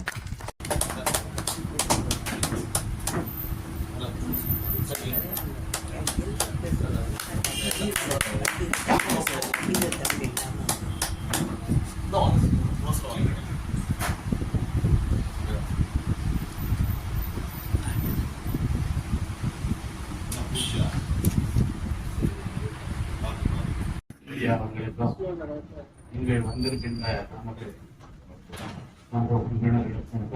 முறையை தெரிந்து கொள்கிறேன். கம்பரை பற்றி, கம்பராமாயணத்தை பற்றி நான் பேச வந்தவர்கள். கம்பராமாயணத்தை பற்றி ஐயா சொல்ற கருத்துக்களை விட அதிகமான கருத்துக்களை நான் சொல்ல முடியாது, யாரும் சொல்ல முடியாது. அப்படிப்பட்ட நிலையிலே கம்பர் என்பதை பற்றி மட்டும் நான் ஒரு ஆசைப்படுகிறேன். ஒன்று, பாரதியார் சொல்லும்போது கம்பரை பற்றி தமிழ் மொழியை பற்றி சொல்கிற போது யாமறிந்த மொழியிலே தமிழ் மொழி போல் இனிதாவது என்று காணும் என்று சொல்கிறார். அதே போலவே புலவர்களை பற்றி சொல்கின்ற போது யாமறிந்த புலவரிலே கம்பளை போல் வள்ளுவன் போல் இளங்கோவை போல் பூமிதனில் தியாகமும் சிறந்ததில்லை என்று சொல்கிறார். இப்படி கம்பனை பற்றி சிறப்பாக கூறுவார். இன்னொன்னும் பாரதியார் சொல்லுகின்றது கல்வியில் கம்பர் என்று சொல்லுவார். கல்வியில் சிறந்த தமிழ்நாடு புகழ் கம்பன் பிறந்த தமிழ்நாடு என்று கம்பனை பற்றி சொல்லுவார். இப்படிப்பட்ட கம்பரை பற்றி கம்பராமாயணத்தை எழுதியதை பற்றி நமக்கு தெரியும். ஆனால் கம்பரை பற்றி ஒரு சில கருத்துக்களை தெரிவிக்க ஆசைப்படுகிறேன். கம்பர் கவி சக்கரவர்த்தி கம்பர் புகழ்பெற்ற தமிழ் கவிஞர். அடுத்தது அவரது காலம் 12ஆம் நூற்றாண்டு. கம்பருடைய காலம் 12ஆம் நூற்றாண்டு. அடுத்து அவர் பிறந்த ஊர் மயிலாடுதுறை மாவட்டம் குற்றாலம் வட்டம் பேராலூரில் பிறந்தார். பெற்றோர் தந்தை ஆரியர். இப்போ அவருக்கு ஒரு மகன் பிறந்தார். அந்த மகன் பெயர் அம்பிகாபதி. உங்களுக்கு எல்லாருக்கும் தெரியும், அம்பிகாபதி அமராவதி சினிமா பார்த்துருப்பீங்க, சிவாஜி பானுமதி நடிச்சது. அப்படிப்பட்ட அம்பிகாபதி அவருடைய மகனாக பிறந்தார். கம்பராமாயணம் சமஸ்கிருதத்திலே இயற்றப்பட்ட வால்மீகி ராமாயணத்தை தமிழிலே ராமாவதாரம் என்ற பெயரிலே எழுதினார். ராமாவதாரம் என்பதுதான் பிற்காலத்திலே ராமாயணம் என்றானது. அடுத்தது தமிழ் இலக்கியத்தில் கம்பராமாயணமே மிகச்சிறந்த இதிகாசம் என கூறப்படுகிறது. இப்படிப்பட்ட நிலையிலே கம்பராமாயணத்தை பற்றி மட்டும்தான் எழுதினாரா என்ற ஒரு கேள்வி எழலாம். கம்பராமாயணத்தை மட்டும் பற்றி எழுத வேலும் பல நூல்களை எழுதினார். அவை திருக்கை விளக்கம், ஏறெழுபது, சிலை எழுபது, கங்கை புராணம், கடவோபர் அந்தாதி, சரஸ்வதி அந்தாதி போன்ற நூல்களையும் கம்பர் எழுதினார். கம்பர் வீட்டு கட்டுத்தறியும் கைப்பாடும் என்று சொல்வார்கள். இதிலிருந்தே நமக்கு தெரியும் கம்பரை பற்றி எவ்வளவு சிறப்பு என்பது. அடுத்தது கம்பரை பற்றி சொல்லுகின்ற பொழுது கம்பர் என்பது ஒரு கம்பர் மட்டுமல்ல, 3 கம்பர் இருந்தார் அப்படின்னு சொல்வார்கள். 3 கம்பர் இருந்தார் என்பதில்ல, ஒரு கம்பர் தான். ஆனால் கம்பரை போல் தங்களையும் சிலர் உருவாக்கி கொண்டார்கள். அவர்களிலே முக்கியமானது கிறிஸ்து கம்பர் என்று சொல்லுவார்கள். ரச்சனை என்ற நூலை எழுதிய கிறிஸ்த பிள்ளை கிறிஸ்து கம்பர், தன்னை கிறிஸ்து கம்பர் என்று சொல்லுவார். அடுத்தது இஸ்லாமிய கம்பர், சீராபுராணம் எழுதிய உமர் புலவர் தன்னை இஸ்லாமிய கம்பர் என்று சொல்லுவார். அதே போல நவீன கம்பர் என்று போற்றப்படும் மராபித்வான் மீனாட்சி சுந்தரம் பிள்ளை. இப்படி கம்பரை பற்றி பல விதத்தில் 4-5 கம்பர்களை பற்றி சொல்லுவார்கள். இவர்களை எல்லாம் கம்பர் என்று சொல்வார்கள். அவர் இஸ்லாமிய கம்பர், கிறிஸ்தவ கம்பர் என்று இப்படி சொல்லிக் கொண்டிருக்கிறார். ஆகையினாலே கம்பர்களை பற்றி கம்பராமாயணத்தை பற்றி சொல்லவில்லை, கம்பருடைய நிலையை பற்றி தான் நான் சொல்லுகிறேன் ஒழிய அவர் பிறந்ததை பற்றியும் அதை தான் சொல்லுகிறேன். கம்பர் சொல்லை காத்திரு அப்படி பேசுகின்ற பொழுது கம்பரை பற்றி இன்னும் சொல்லலாம். ஆனால் நேரம் இல்லாத காரணத்தினாலே நான் இதோடு முடித்துக் கொள்ள ஆரம்பிக்கிறேன். நான் கம்பராமாயணத்தை பற்றி ஒன்றும் சொல்லவில்லை என்று நினைக்க வேண்டாம். நான் சொல்ல நினைப்பதற்கே வழி இல்லாத அளவுக்கு நமது ஐயா அவர்கள் பேசியிருக்கிறார்கள். இதை அவர்கள் மறுபடியும் ஐயா கூட்டத்தை போல மறுமுறையும் வந்து எங்களை சிறப்பிக்க வேண்டும் என கேட்டுக்கொண்டு எனது உரையை முடித்துக் கொள்கிறேன். நன்றி, வணக்கம். அதை விட மறக்க முடியாது என்னன்னாக்க இந்த இடத்துல நான் சொல்ல வேண்டியது என்னன்னா, தனபால் ஐயாவுக்கும் ராஜமணி ஐயாவுக்கும் காரணமாவுக்கும் நான் நன்றி சொல்ல கிளம்புறேன். நீங்களும் நல்லா பேசுறீங்கன்னு சொல்லி நீங்க இந்த வாரம் பேசுங்க. என்ன விட குரு இருக்கிறாரு, நீ பேசாம உட்காந்து சொல்லிட்டு சீடரா உட்காந்துக்கிட்டு இவ்வளவு பெரிய கட்டுண்டு போட்டு வச்சிருக்காங்கன்னா உண்மையிலே பெருமையா இருக்குது. ஏன்னா நான் வந்து 2 பேரோட பேச்சுகளை நான் இன்னைக்கு ஐயாவோட பேச்சு ஒரு முறை கடந்த ஜெயக்குமார் ஐயா அவர்கள் வந்து மாற்றுத்திறனாளர் வச்சு பேசினாங்க. என்னையே கவர்ந்தது என்னன்னா, நான் மாற்றுத்திறனாளியை அதிகமாக நேசிக்கிறேன். ஏன்னா என்னோட புத்தகங்களுக்குள்ள எழுதுறதெல்லாம் மாற்றுத்திறனாளிங்க தான். இப்படி இருக்கும்போது இன்னைக்கு மாற்றுத்திறனாளிகள் பேசுறதுக்காக இல்லை, இருந்தாலும் அது வந்து அப்துல் கலாம் வந்து 2002 இருந்து 7 வரைக்கும் அவருடைய வாழ்க்கையில ஒரு மாற்றுத்திறனாளியை உருவாக்கணவங்களை பத்தி இருக்குது. இது நேரம் வரும்போது அப்புறம் சொல்லுவோம். இப்ப மகேஷ் ஐயாவோட மறக்க முடியாத ஒரு செய்தியை சொல்ல விரும்புறேன். 1998 என்னுடைய தங்கையுடைய திருமண வரவேற்பு நிகழ்ச்சிக்கு ஒரு பட்டிமன்றத்தில் அழைத்திருந்தேன். பாத்தீங்கன்னா ஒரு பக்கம் வந்து நகைச்சுவையும் முகபாவனையும் அரங்கே வீட்டு வந்து அட்டகாசமா பண்ணுவாங்க அவங்க. அதோட சேர்ந்து இன்னொரு பக்கம் பாத்தீங்கன்னா கோடையடி கோபாலகிருஷ்ணன். இந்த 2 பேருமே அழைத்து அவங்களோட சேர்ந்து நான் அன்னைக்கு பேசினேன். 27 வருடம் கழிச்சு ஐயாவை சந்திக்கிறேன். நன்றி ஐயா. இந்த மாதிரி எங்களுக்கு வாங்கினேன் நல்ல வளமான கருத்துக்களை காரணம் சொல்லி நன்றி சொல்லி நிறைய நேரம் 1 நிமிடம். அதனால அனைவருக்கு வணக்கம் என்று சொல்லிவிட்டேன். படித்துக் கொள்வோம். நான் வால்மீகி ராமாயணத்தையும் கம்பராமாயணத்தையும் கரைத்து கொடுத்தவன். எனது நண்பர் வீரையன் அவர்கள் என்னை சொன்னார், இன்று நீங்கள் பேசவில்லையா என்று. ஆனால் எனக்கு ராமாயணம் குறித்து சில முரண்பாடுகள் உள்ளன. அந்த முரண்பாடுகள் ஒவ்வொன்றும் எடுத்து வைக்கப்பட்டால் அது ராமாயணமே இல்லாமல் போய்விடும். நமது தலைவர் சிறப்பு பேச்சாளர் கூறியபடி எனக்கு வந்து அதை ராமாயணம் என்று கூறுவதில் அதிலே முரண்பாடு. அதை ராமாயணம் என்று கூறக்கூடாது, கும்பகோண ராமாயணம் என்று கூற வேண்டும். அதுதான் என்னுடைய, ஏன்னா உங்கள் மாதிரி கருத்து உங்கள் கருத்து தான் என்னுடைய கருத்தாக இருந்தது. கும்பகோணனை பற்றி என்னுடைய ஐயா, என்னுடைய அப்பாவிடம் ஏகப்பட்ட தடவை நான் கருத்து பரிமாறிக் கொண்டிருக்கிறோம், சண்டை போட்டுக் கொண்டிருக்கிறேன். நான் தகப்பனாரிடம் நான் சண்டை போட்டிருக்கிறேன். இந்த கருத்துக்களை படித்து படித்து படித்து அவர் சொன்னார், உன்னுடைய கருத்துக்கள் முரண்பாடு கொண்டவை என்று என்னை சொன்னார், என்னுடைய தகப்பனார். ஆகவே இதுதான் கம்பராமாயணம் என்று நாம் ஏற்றுக்கொள்ள வேண்டிய அவசியம் இல்லை. அதில் உள்ள நல்லவற்றை மட்டும் எடுத்துக்கொண்டாலே போதும், நாம் என்ன வேண்டுமானாலும் கற்றுக்கொள்ளலாம். ஆகவே கம்பராமாயணம், வால்மீகி ராமாயணம் எதுவாக இருந்தாலும் நல்லவற்றை எடுத்துக்கொள்ளுங்கள்.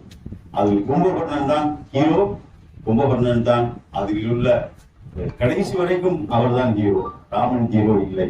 நன்றி, வணக்கம். ஸோ இன்னைக்கு மீட்டிங் ரொம்ப லேட்டாக வந்துட்டேன், சாரி. சாருடைய பேச்சு ஒண்டர்ஃபுல். அவரை பற்றி ஒரு சின்ன கவிதை, பாரதியார் கவிதை, முட்டாசு கவிஞருடைய கவிதை பாருங்க, என்ன அற்புதமா ஏற்றிருக்காங்க. 140 வருஷத்துக்கு முன்னாடி. மாறுதலன்றி பராசக்தி தம் பொருள் இவ்வையகம் இசை நித்தம் பாடுவோம். இதுதாங்க சார் எல்லாம் நாங்கள் வாங்கினது. 100 வயது வரை புகழன் வாழ்ந்து உயர் நோக்கம் பெற்றிட வேண்டும் என்று எக்ஸ்க்ளூசிவா பாட்டு கொடுத்தாரு. திருப்பி படிக்க பாருங்களேன், அருமையா இருக்கும். மாறுதல் என்று பராசக்தி தன் புகழ் பயம் இசைநித்தம் பாடுறோம். நாங்க பாடுறோம் டெய்லி வந்து பராசக்தி அன்னை வேண்டிக்கிறோம். எதுக்கு 100 வயது வரை புகழுடன் வாழ்ந்து நீங்க புகழுடன் வாழணும், உயர் நோக்கங்கள் பெற்றிட வேண்டும் என்று நன்றி. பார்த்தவரை மகிழ்ச்சி அடைந்தேன். அன்பஞ்சோதி அறக்கட்டளையில அங்க அருகில தஞ்சை அருகில இருந்த சொற்பொழிவிலே பல சொற்பொழிலே கேட்டு அவருடைய சொற்பொழிவு வள்ளலார் பற்றிய அந்த கருத்தெல்லாம் உள்வாங்கி தஞ்சை நகர கூட்டுறவு காலனியிலே ஒரு தேர்ந்த பேச்சாளரை தெரிவு செய்ய வேண்டும் என்ற அடிப்படையில் கூட்டுறவு காலனியில் அவர்கள் பேச வைத்தது. இலக்கிய உரை உறுப்பினர் இருந்தாலும் கூட, என்னதான் அவர் இலக்கியம் படிச்சிருந்தாலும் கூட சமூக நலனில் அக்கறை உள்ளவர், அரசீற்றம் மிக்கவர் என்பதை நான் அன்னைக்கே அறிவித்து கணித்து விட்டேன். பேசும்போது பார்க்கறது இப்படி இருக்காங்களுடைய உள் மனதுக்குள்ள சமூகம் நடைபெற வேண்டும் என்ற அந்த உணர்வோடு இருந்திருக்கிறார்கள். அந்த வகையில் இந்த இலக்கிய ஆர்வலர் சந்திப்பு 59 நிகழ்ச்சி நடந்திருக்கு. அந்த இலக்கிய ஆர்வலர் சந்திப்புக்கு ஒரு மணிமகுடம் சூட்டுகின்ற வகையில் உங்களுடைய இலக்கிய உரை சொற்பொழிவு அமைந்திருக்கிறது என்பது எங்களுக்கு மட்டில்லாம் மகிழ்ச்சி இருக்கிறது. ஒரு சொற்பொழிவு பேசிய பிறகு எப்பாவது ஒரு வாட்டி அழைப்பாங்க. ஆனா அரங்கத்திலேயே உங்களுடைய அந்த சொற்பொழிவு எங்களை ஈர்த்திருக்கிறது. மீண்டும் ஒரு வாய்ப்பு தருவதாக இங்கே எல்லாரும் உங்களுடைய கோரிக்கை வைத்திருக்கிறார்கள். அதில் நிறைவு செய்ய வேண்டும் என்று சொல்லி உங்களை வாழ்த்தி மன்னிக்கிறேன். நன்றி. ராமாயணத்துல வந்து உலகம் கூட வந்து 300 ராமாயணம் இருக்கிறதா வந்து ஒரு கருத்து இருக்குது. அந்த 300 ராமாயணம் உண்மையா பொய்யா ஐயாவே சொல்லிட்டு வந்துட்டு உலகம் கூட சொல்றாங்க எல்லாத்தோட ராமாயணம் இருக்கு 300 ராமாயணம் இருக்கு அப்படின்ட்டு. அதாவது வந்து ராமாயணம் வந்து தெரிஞ்சுக்க விரும்புறவங்க வந்து 2 நிமிஷம் பார்க்க சீரியல் மாதிரி அவங்க போடுறாங்க, அதையும் பார்க்கலாம். ஆனா உரையில வந்து சிறப்பா சொல்றது ராமலிங்கன் ஒருத்தர் வந்து வழக்கறிஞர் வந்து காலையில தூர்தர்ஷன் தமிழ்ல வந்து 1/2 மணி நேரம் போடுறாரு. 7 to 8 தூர்தர்ஷன் தமிழ்ல. அது விருப்பம் அதை வந்து பாருங்க. அதாவது வந்து எல்லாருக்கும் நம்ம வந்து ஸ்கூல்ல படிக்கும் பொழுதுலாம் இந்த ஆண்டலும் நோக்கினார் அவரும் அவளுக்கு நோக்கினார்னு சொல்றோம் இல்லைங்களா. அது வந்து சில புதிய டேர்ம் வந்து அவர் சொல்றாரு. நான் பார்த்தேன் வந்து அதாவது வந்து இவரு தசரதனுடைய மனைவியை வந்து அந்த வர்ணிக்கும் போது ஒரு 3வது மனைவி வந்து நாகமெனும் குடியால் அப்படிப்பாரு. அதாவது அவ்வளவு ஒரு வஞ்சகம் வந்து அவர்கிட்ட இருக்கு அப்படின்னு. அப்புறம் இன்னொரு டைம் நான் பார்த்தேன் தெல்லி ஆலியும் திருப்பழத்து விதை போல. அந்த விதை எவ்வளவு சொல்ல இருக்கு, ஆனா அது முளைச்சுன்னா எவ்வளவு பெரிய ஆழம் வருது அழகா வந்து அவர் சொல்லியிருக்காரு. அந்த மாதிரி வந்து நாங்க ஸ்கூல்ல படிக்கும் பொழுதெல்லாம் வந்து அந்த கம்பர் கழகம் ஊருக்கு இருக்கும் போது வந்து என்ன இவங்களுக்கு என்ன வேற வேலையே இல்லையா, கம்பர் கழகம் வேற ஒரு சமூக பிரச்சனையே இல்லையே நினைச்சுப்போம். ஆனா இப்ப உள்ளார போய் வந்து நம்ம வந்து இந்த வர்ணனையை பார்க்கும்போதுதான் நம்ம பிரமிச்சு போயிட்டோம். வந்து அப்படியே வந்து இப்படி எப்படி எழுத முடியும் அப்படின்னு சொல்லி. சரி, நன்றி. ஐயா இன்னைக்கு சிறப்பு விருந்தினர் மகேஸ்வரி ஐயா பத்தி நிறைய பேசணும். ஏன்னா நானும் தினமணி சார் ஐயா வந்து ஏதாவது பேசிக்கிட்டு சொன்னாங்க, நானும் ஏதாவது கம்பரை பத்தி எழுதி எடுத்து வந்தோம். இருந்தாலும் ஐயாவோட பேச்சு பல இடங்கள்ல எனக்கே 46 வயசு ஆகுது, எனக்கே இன்னும் நிறைய விஷயம் தெரியல சொன்னாலும் புதுசா இருந்தது. நீங்க இந்த மாதிரி நல்ல அருமையா தொகுத்து ஒரு தனியன் ஒரு தம்பி அப்படின்ற ஒரு தலைப்பை எடுத்து அவ்வளோ ஒரு மணி நேரம் மிக சிறப்பு சொல்றதுக்கு சொல்ல. அதனால நீங்க இன்னும் நிறைய இடத்துல நீங்க வந்து வெளிப்படுத்தணும், நிறைய மக்களுக்கு யங் ஜெனரேஷனுக்கு உங்களோட சமூக சீர்கேடு அழியணும்னா உங்களை பெரிய வார்த்தைகள் வந்து இந்த உலகத்துல வந்து நிறைய இடத்துல வெளிப்படலாம். நீங்க அதுக்காக கொஞ்சம் கூட சோர்வு அடையக்கூடாது அப்படின்னு வந்து நான் தாய்மான கருத்து கேட்டதுனால விடைபெறுகிறேன். எனது வணக்கம். ஐயாவின் விசுவின் பட்டிமன்றம் 96 நினைக்கிறேன் அந்த மாலை நானும் அட்டன் பண்ணேன். அவருடைய நகைச்சுவை பேச்சு என்னை மிகவும் ஈர்த்தது. அதற்கு பிறகு நான் இன்று நேரில் பார்க்கிறேன். மிக அருமையா இந்த நான் 59 வாரத்துல ஏற்றாடு 50 வாரங்கள் நான் அட்டன் பண்ணியிருக்கேன். இன்றுதான் நான் என்னையே திளைத்து விட்டேன். உண்மையை சொல்லிவிட்டேன். இன்னைக்கு இது ஐயா சொன்னது மாதிரி மிகச்சரி. ஒரு நாள் தனியாக ஐயாவுக்கு மட்டும் நேரம் ஒதுக்கி ஒரு விழா அரேஞ்ச் பண்ணணும். என்னுடைய பாராட்டுகளை தெரிவித்து நன்றி. படிக்கிறத விட கேட்கறது ரொம்ப இனிமையா இருக்கு. ஐயா வந்து ஒரு தலைப்புல மிகப்பெரிய அருமையானது. இது இப்ப எல்லாருக்கும் சொல்றதுமா நான் கேட்க நீங்க உலகம் கூட சண்டை நடக்குது, சண்டை போடக்கூடாது ஒரு அருமையான தகவல் சொல்லியிருக்கிறாங்க. இப்படி எல்லாம் இருக்கணும்டா சொல்லி அப்ப சொன்ன அந்த இளங்கோவனுடைய அந்த தகவல் எப்போதும் தேவைப்படுது. இப்ப கேட்கும்போது ரொம்ப குறைந்து கூட உட்கார்ந்துருந்தேன். இது நீண்ட நாள் உங்களுடைய தகவல் எல்லாருக்கும் சேரணும். ஐயாவுக்கு நன்றி. வணக்கம். அதாவது கபரை பத்தி எல்லாம் பேசுகிறேன். கல்வனை தேசிய நாயகர்களே அவர் பற்றி ஒரு சொல்லியிருக்காரு. எத்திக்கும் போற்றும் ராமன் திருக்கதையை தெத்திக்கும் செந்தமிழ் செய்தளித்து நித்தமும் இப்பூமியில் மக்கள் அமுதமருந்த வைத்த கம்பரியின் கவியே கவி என்று அவர் கூறியிருக்கார். அதை நான்கு அவருடைய நினைவுகாலத்தில் நம்ம பேசிக்கலாம். அவருடைய சொல்லி என்னுடைய கவிதையை வந்து வாட்ஸ்அப்ல போட்டிருக்கேன். அதில் பார்த்து ராஜி கமெண்ட் போட்டு பேச்சை கேட்டாலே அது 100 புத்தகங்களை படிப்பதற்கு சமம் என்று சொல்வார்கள். அதே போல ஐயாவின் பேச்சை கேட்டு இன்று 100 புத்தகங்களை படிப்பதற்கு சமமாக இருந்தது. எனவே ஐயா அவர்களுக்கு நன்றி கூறுகிறேன். எல்லோருக்கும் வணக்கம். சிறப்பு சிறப்பு வணக்கம். இது ஏதோ இடியோட கூடிய மழை பெஞ்சு ஓஞ்சா எப்படி இருக்கும் அப்படி இருந்துச்சு. ஒரு கமராமேனுக்கு இவர் ஒரு விளக்கம். அதுவும் எனக்கு பிடிச்ச படம் மந்தரை சூழ்ச்சி படமும் கும்பகன் வரைபடம். இது 2 தான். ஏன்னா 2ல தான் நிறைய ஆர்குமெண்ட்ஸ். கமருடைய ஆளுமையை நிறைய பார்க்கலாம். இப்பதான் மந்தரை சூழ்ச்சி படத்தை நேற்று பூரா உட்காந்து எழுதிக்கிறது. நான் என்னைக்கு அதிகமா பேசல. இந்த காலம் எனக்கு இன்னைக்கு வாய்ப்பு ஒண்ணு நிறைய எழுதி கொடுத்துருக்கேன். இதெல்லாம் கிடையாது. ஒரு நாளைக்கு நீங்க வரணும், அதை செய்யணும். நிறைய கத்துக்கிட்டோம். அருமையான பேச்சு, அழகான பேச்சு. கம்பரை இது வந்து நீங்கெல்லாம் கம்பரை வந்து நாங்கெல்லாம் வந்து இந்த கம்பரை ஒரு பெரிய ஒரு கடல் மாதிரி நாங்க அப்படியே கரையில உட்கார்ந்து அப்படியே பார்த்துட்டு இருக்கிறது. இந்த அலையும் பிரம்மாண்டம் எல்லாத்தையும் அப்படியே பார்த்துட்டு இருக்கிறது தான் நாங்க. ஆனா நீங்க உள்ளர போய் புத்தகத்துல வந்துட்டு இதுதான் புத்துன்னு சொல்ற மாதிரி இல்லை. இதுமே எங்களுக்கு நிறைய நாங்க அரேஞ்ச் பண்ணோம். தயவுசெய்து வாங்க. நான் சொல்றேன் இடினா இடிக்கிறேன். ஆனா நின்னு பெஞ்ச மழை இது வந்து 2 மணி நேரம். அப்படி ஒரு மழை. நான் என்ன சார் சொல்லியிருந்தோம்னா இதுக்கப்புறம் யாரும் பேச வேண்டாம். இது ஒரு அமிர்த மாரி சார் கொடுத்துருக்காரு. அப்புறம் புளிசோறு அப்புறம் சுண்டெல்லாம் வேண்டாம். இனிமே போதும். அப்பதான் அந்த டேஸ்ட் மாறாம நான் போய் 2 நாளைக்கு எப்படி இருக்க முடியும். அப்படி ஒரு அருமையான ஒரு உங்களை மாரி ஆழங்கால் பட்டவங்க இந்த கம்பராமாயணத்தை இப்பெல்லாம் சொல்றதுன்னா இந்த ஜன்னல் வச்சு சத்தம் இதுக்குள்ளார பேசக்கூடாது சார். தெருமுனையில நிக்க வச்சு எல்லாத்துக்குமே நம்ம பேசுறோம். அவ்வளவு எல்லாமே கேட்பாங்க. இப்படி எல்லாம் சொல்லி கொடுத்தோம்னா தமிழ் ஏன் இப்படி இருக்குது, அதெல்லாம் அருமையா கேட்கறதுக்கு ஆள் இருக்காங்க. உங்களை மாரி இதெல்லாம் சொல்லணும். எங்களுக்கு கம்பராமாயணம் பாகம் 1 தான் இன்னைக்கு சார். பாகம் 2 நீங்க கண்டிப்பா கேட்போம். ஒரு நாள் 3 மட்டுமே கொடுங்க சார். ஏன்னா ஒரு படிச்சு அதுக்கு அப்படியே இந்த வர்ணனை பண்றீங்களா, உண்மையுமே நாங்கெல்லாம் தாமரை புல்லார மாட்டினா மஞ்சளாதான் இருக்கோம், சுத்திட்டு தான் இருக்கோம். நீங்க நெப்பந்த குடும்பமே சிரிச்சிட்டீங்க எங்களை. நாங்க அப்படியே உங்கள்கிட்ட மூழ்கிறோம். நன்றி, வணக்கம்.